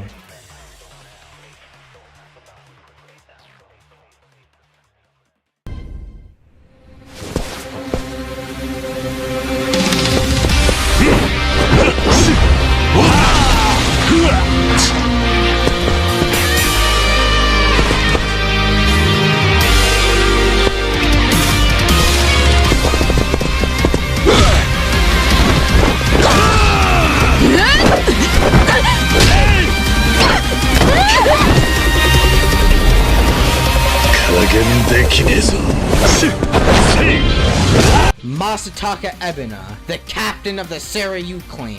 Alright, to start this fight, he doesn't really have a remarkable moveset in the first half, just a bunch of kicks and punches from what I remember. So when I first played this game, the first thing I did in the fight was use the Yuki and Koi Yuki summon on him, which immediately deflated any of what was left of a serious tone. I just kind of swept through phase 1 with Essence of Dragon God, the summon I just described, and Shunhi.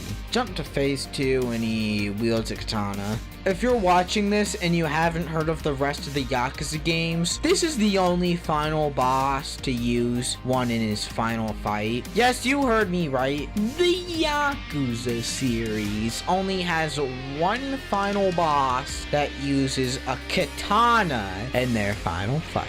But with the complication of this being the least remarkable villain in the franchise and having to share a spot with Bryce, at least it's finally done, but it'll probably be used as an excuse to never do it again since it has been done. But the fight hasn't improved that much outside of this novelty. Nothing much to note here, but one last thing. He has a banger of a final boss theme. Alright, I'll let you listen to it.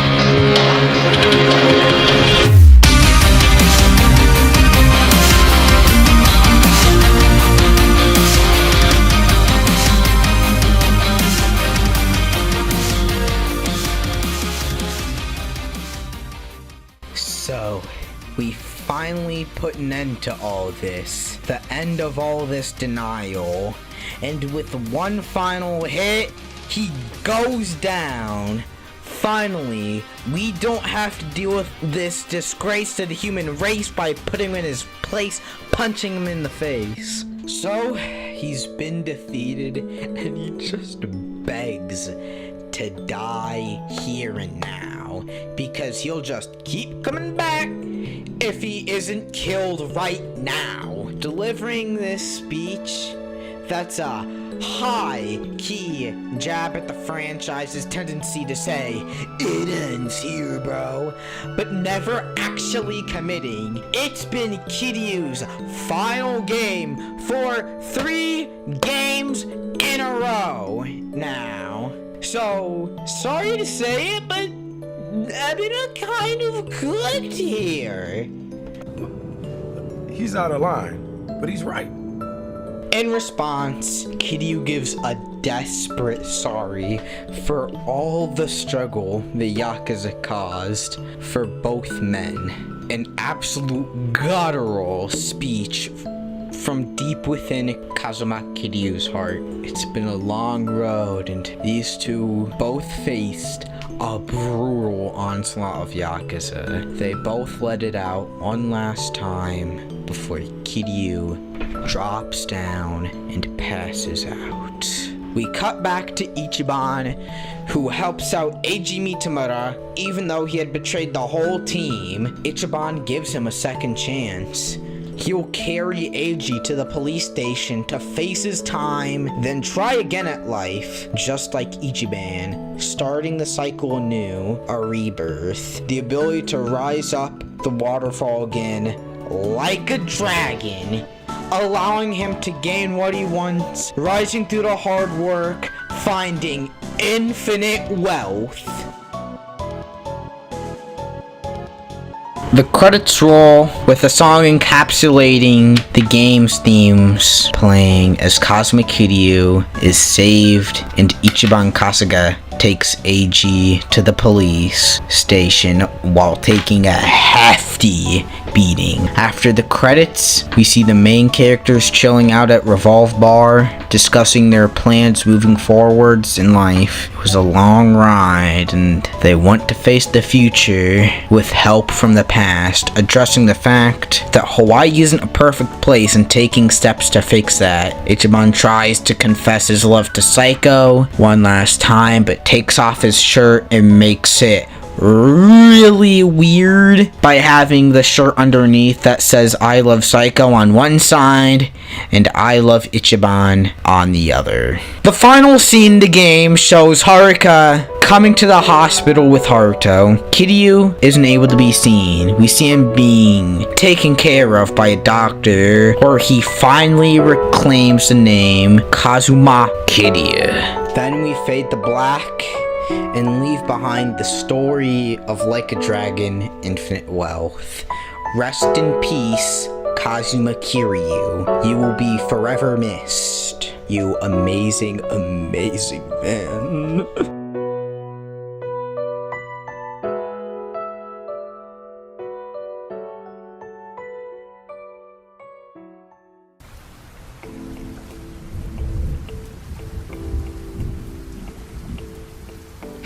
So, that's been Like a Dragon, Infinite Wealth. Now, it's time for my overall thoughts on the game and the final score for the final chapter in the game overall. This chapter gets a 7 out of 10.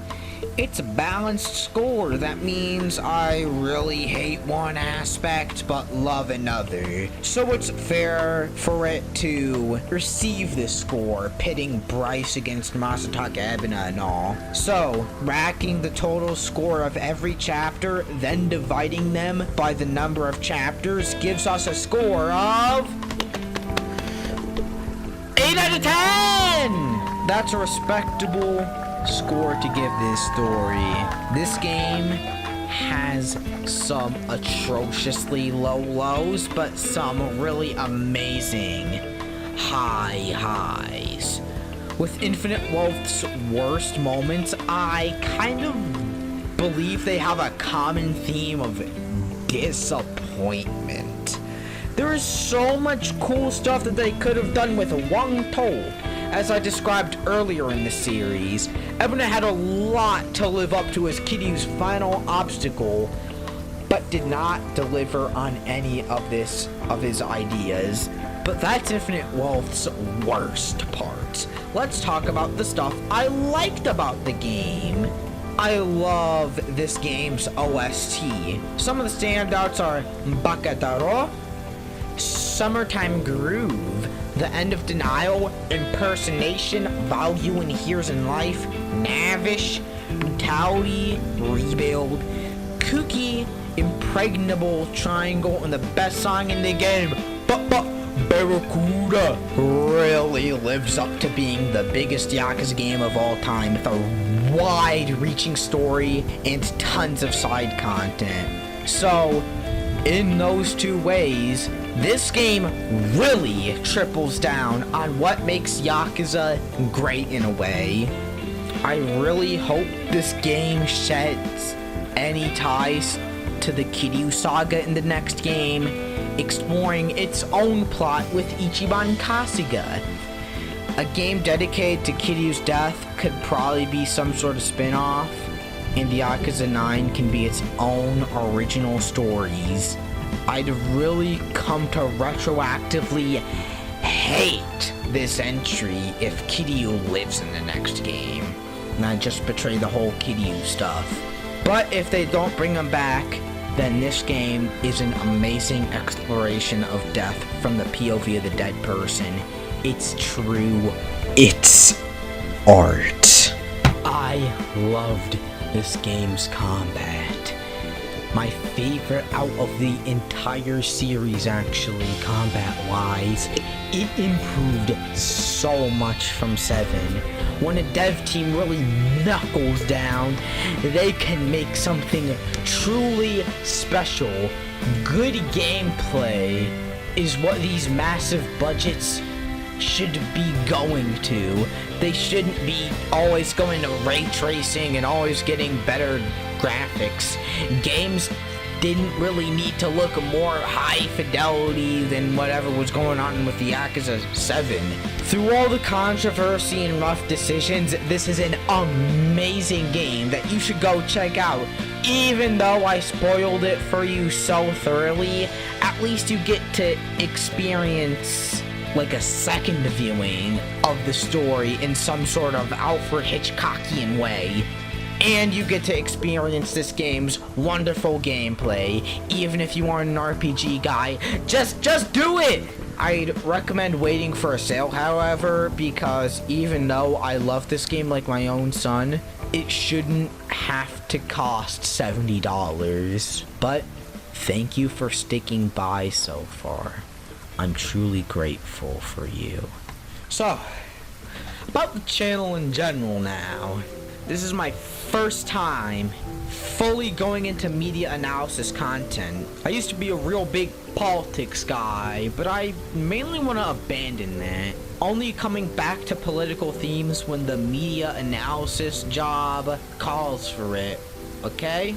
Politics sucked my soul dry, dude. I want to make the content I want to make. I don't want to participate in this ruthless game. I don't want to be in their clique. Have you seen the people in this clique? Alright, have you heard of the Vosh files? I don't want to be some controlled puppet playing and dancing for the people that would love to see me dead and gone just for a new headline and another data point to a false narrative. By casting off my chains, I make myself my own man. I loved making this series. I want to continue to talk about the things I want. This is YouTube, not Millionaire Tube. I want redemption and a new beginning. Besides, one of the protagonists we've been following was a dude who left a crooked organization and started all the way back from level 1, and the other protagonist ended this game by leaving an organization so he can truly be with what he loves. So I'll take a page from Ichiban and have the will to start over again as a media analysis YouTuber. I'm gonna make it big. Nothing and nobody will stop me. I want to share my expression, my own voice with the world. I want to make my positive, permanent impact on the world, analyzing media while making you laugh. It's been over a year of uploading. Thank you for being on this ride with me. Even if you only started now, arigato gozaimashita. Or in English, thank you very much! So, what do you say? Ready to start from the bottom with me? If you watched this far in, the answer is most definitely yes. It's gonna be a slow grind. But in 10 years in this joint, I know that I'll have at least 1 million subscribers, about the population of Delaware. But hey, there's nothing wrong with being on the bottom. Hey, that's probably something Goro Majima can tell you a lot about. If you know, you know. This has been the Comedic Overanalysis of Like a Dragon, Infinite Wealth. Trickster source of guidance, Inabe Hair, signing off. I hope to see you all again someday. Good night, viewer.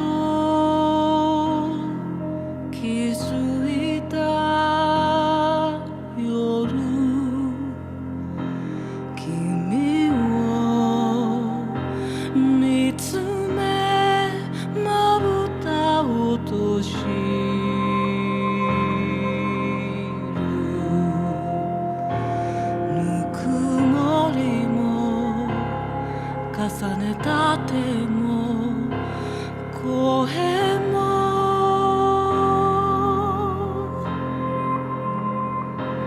目覚めればまどろみへと消えて僕らが二度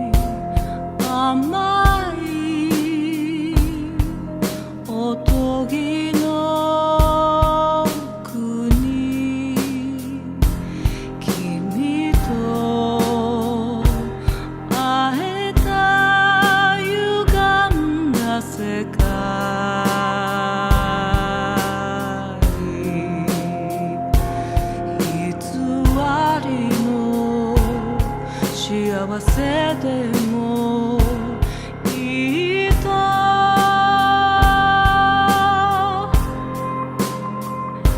つける口君がそっと塞ぐ思い出の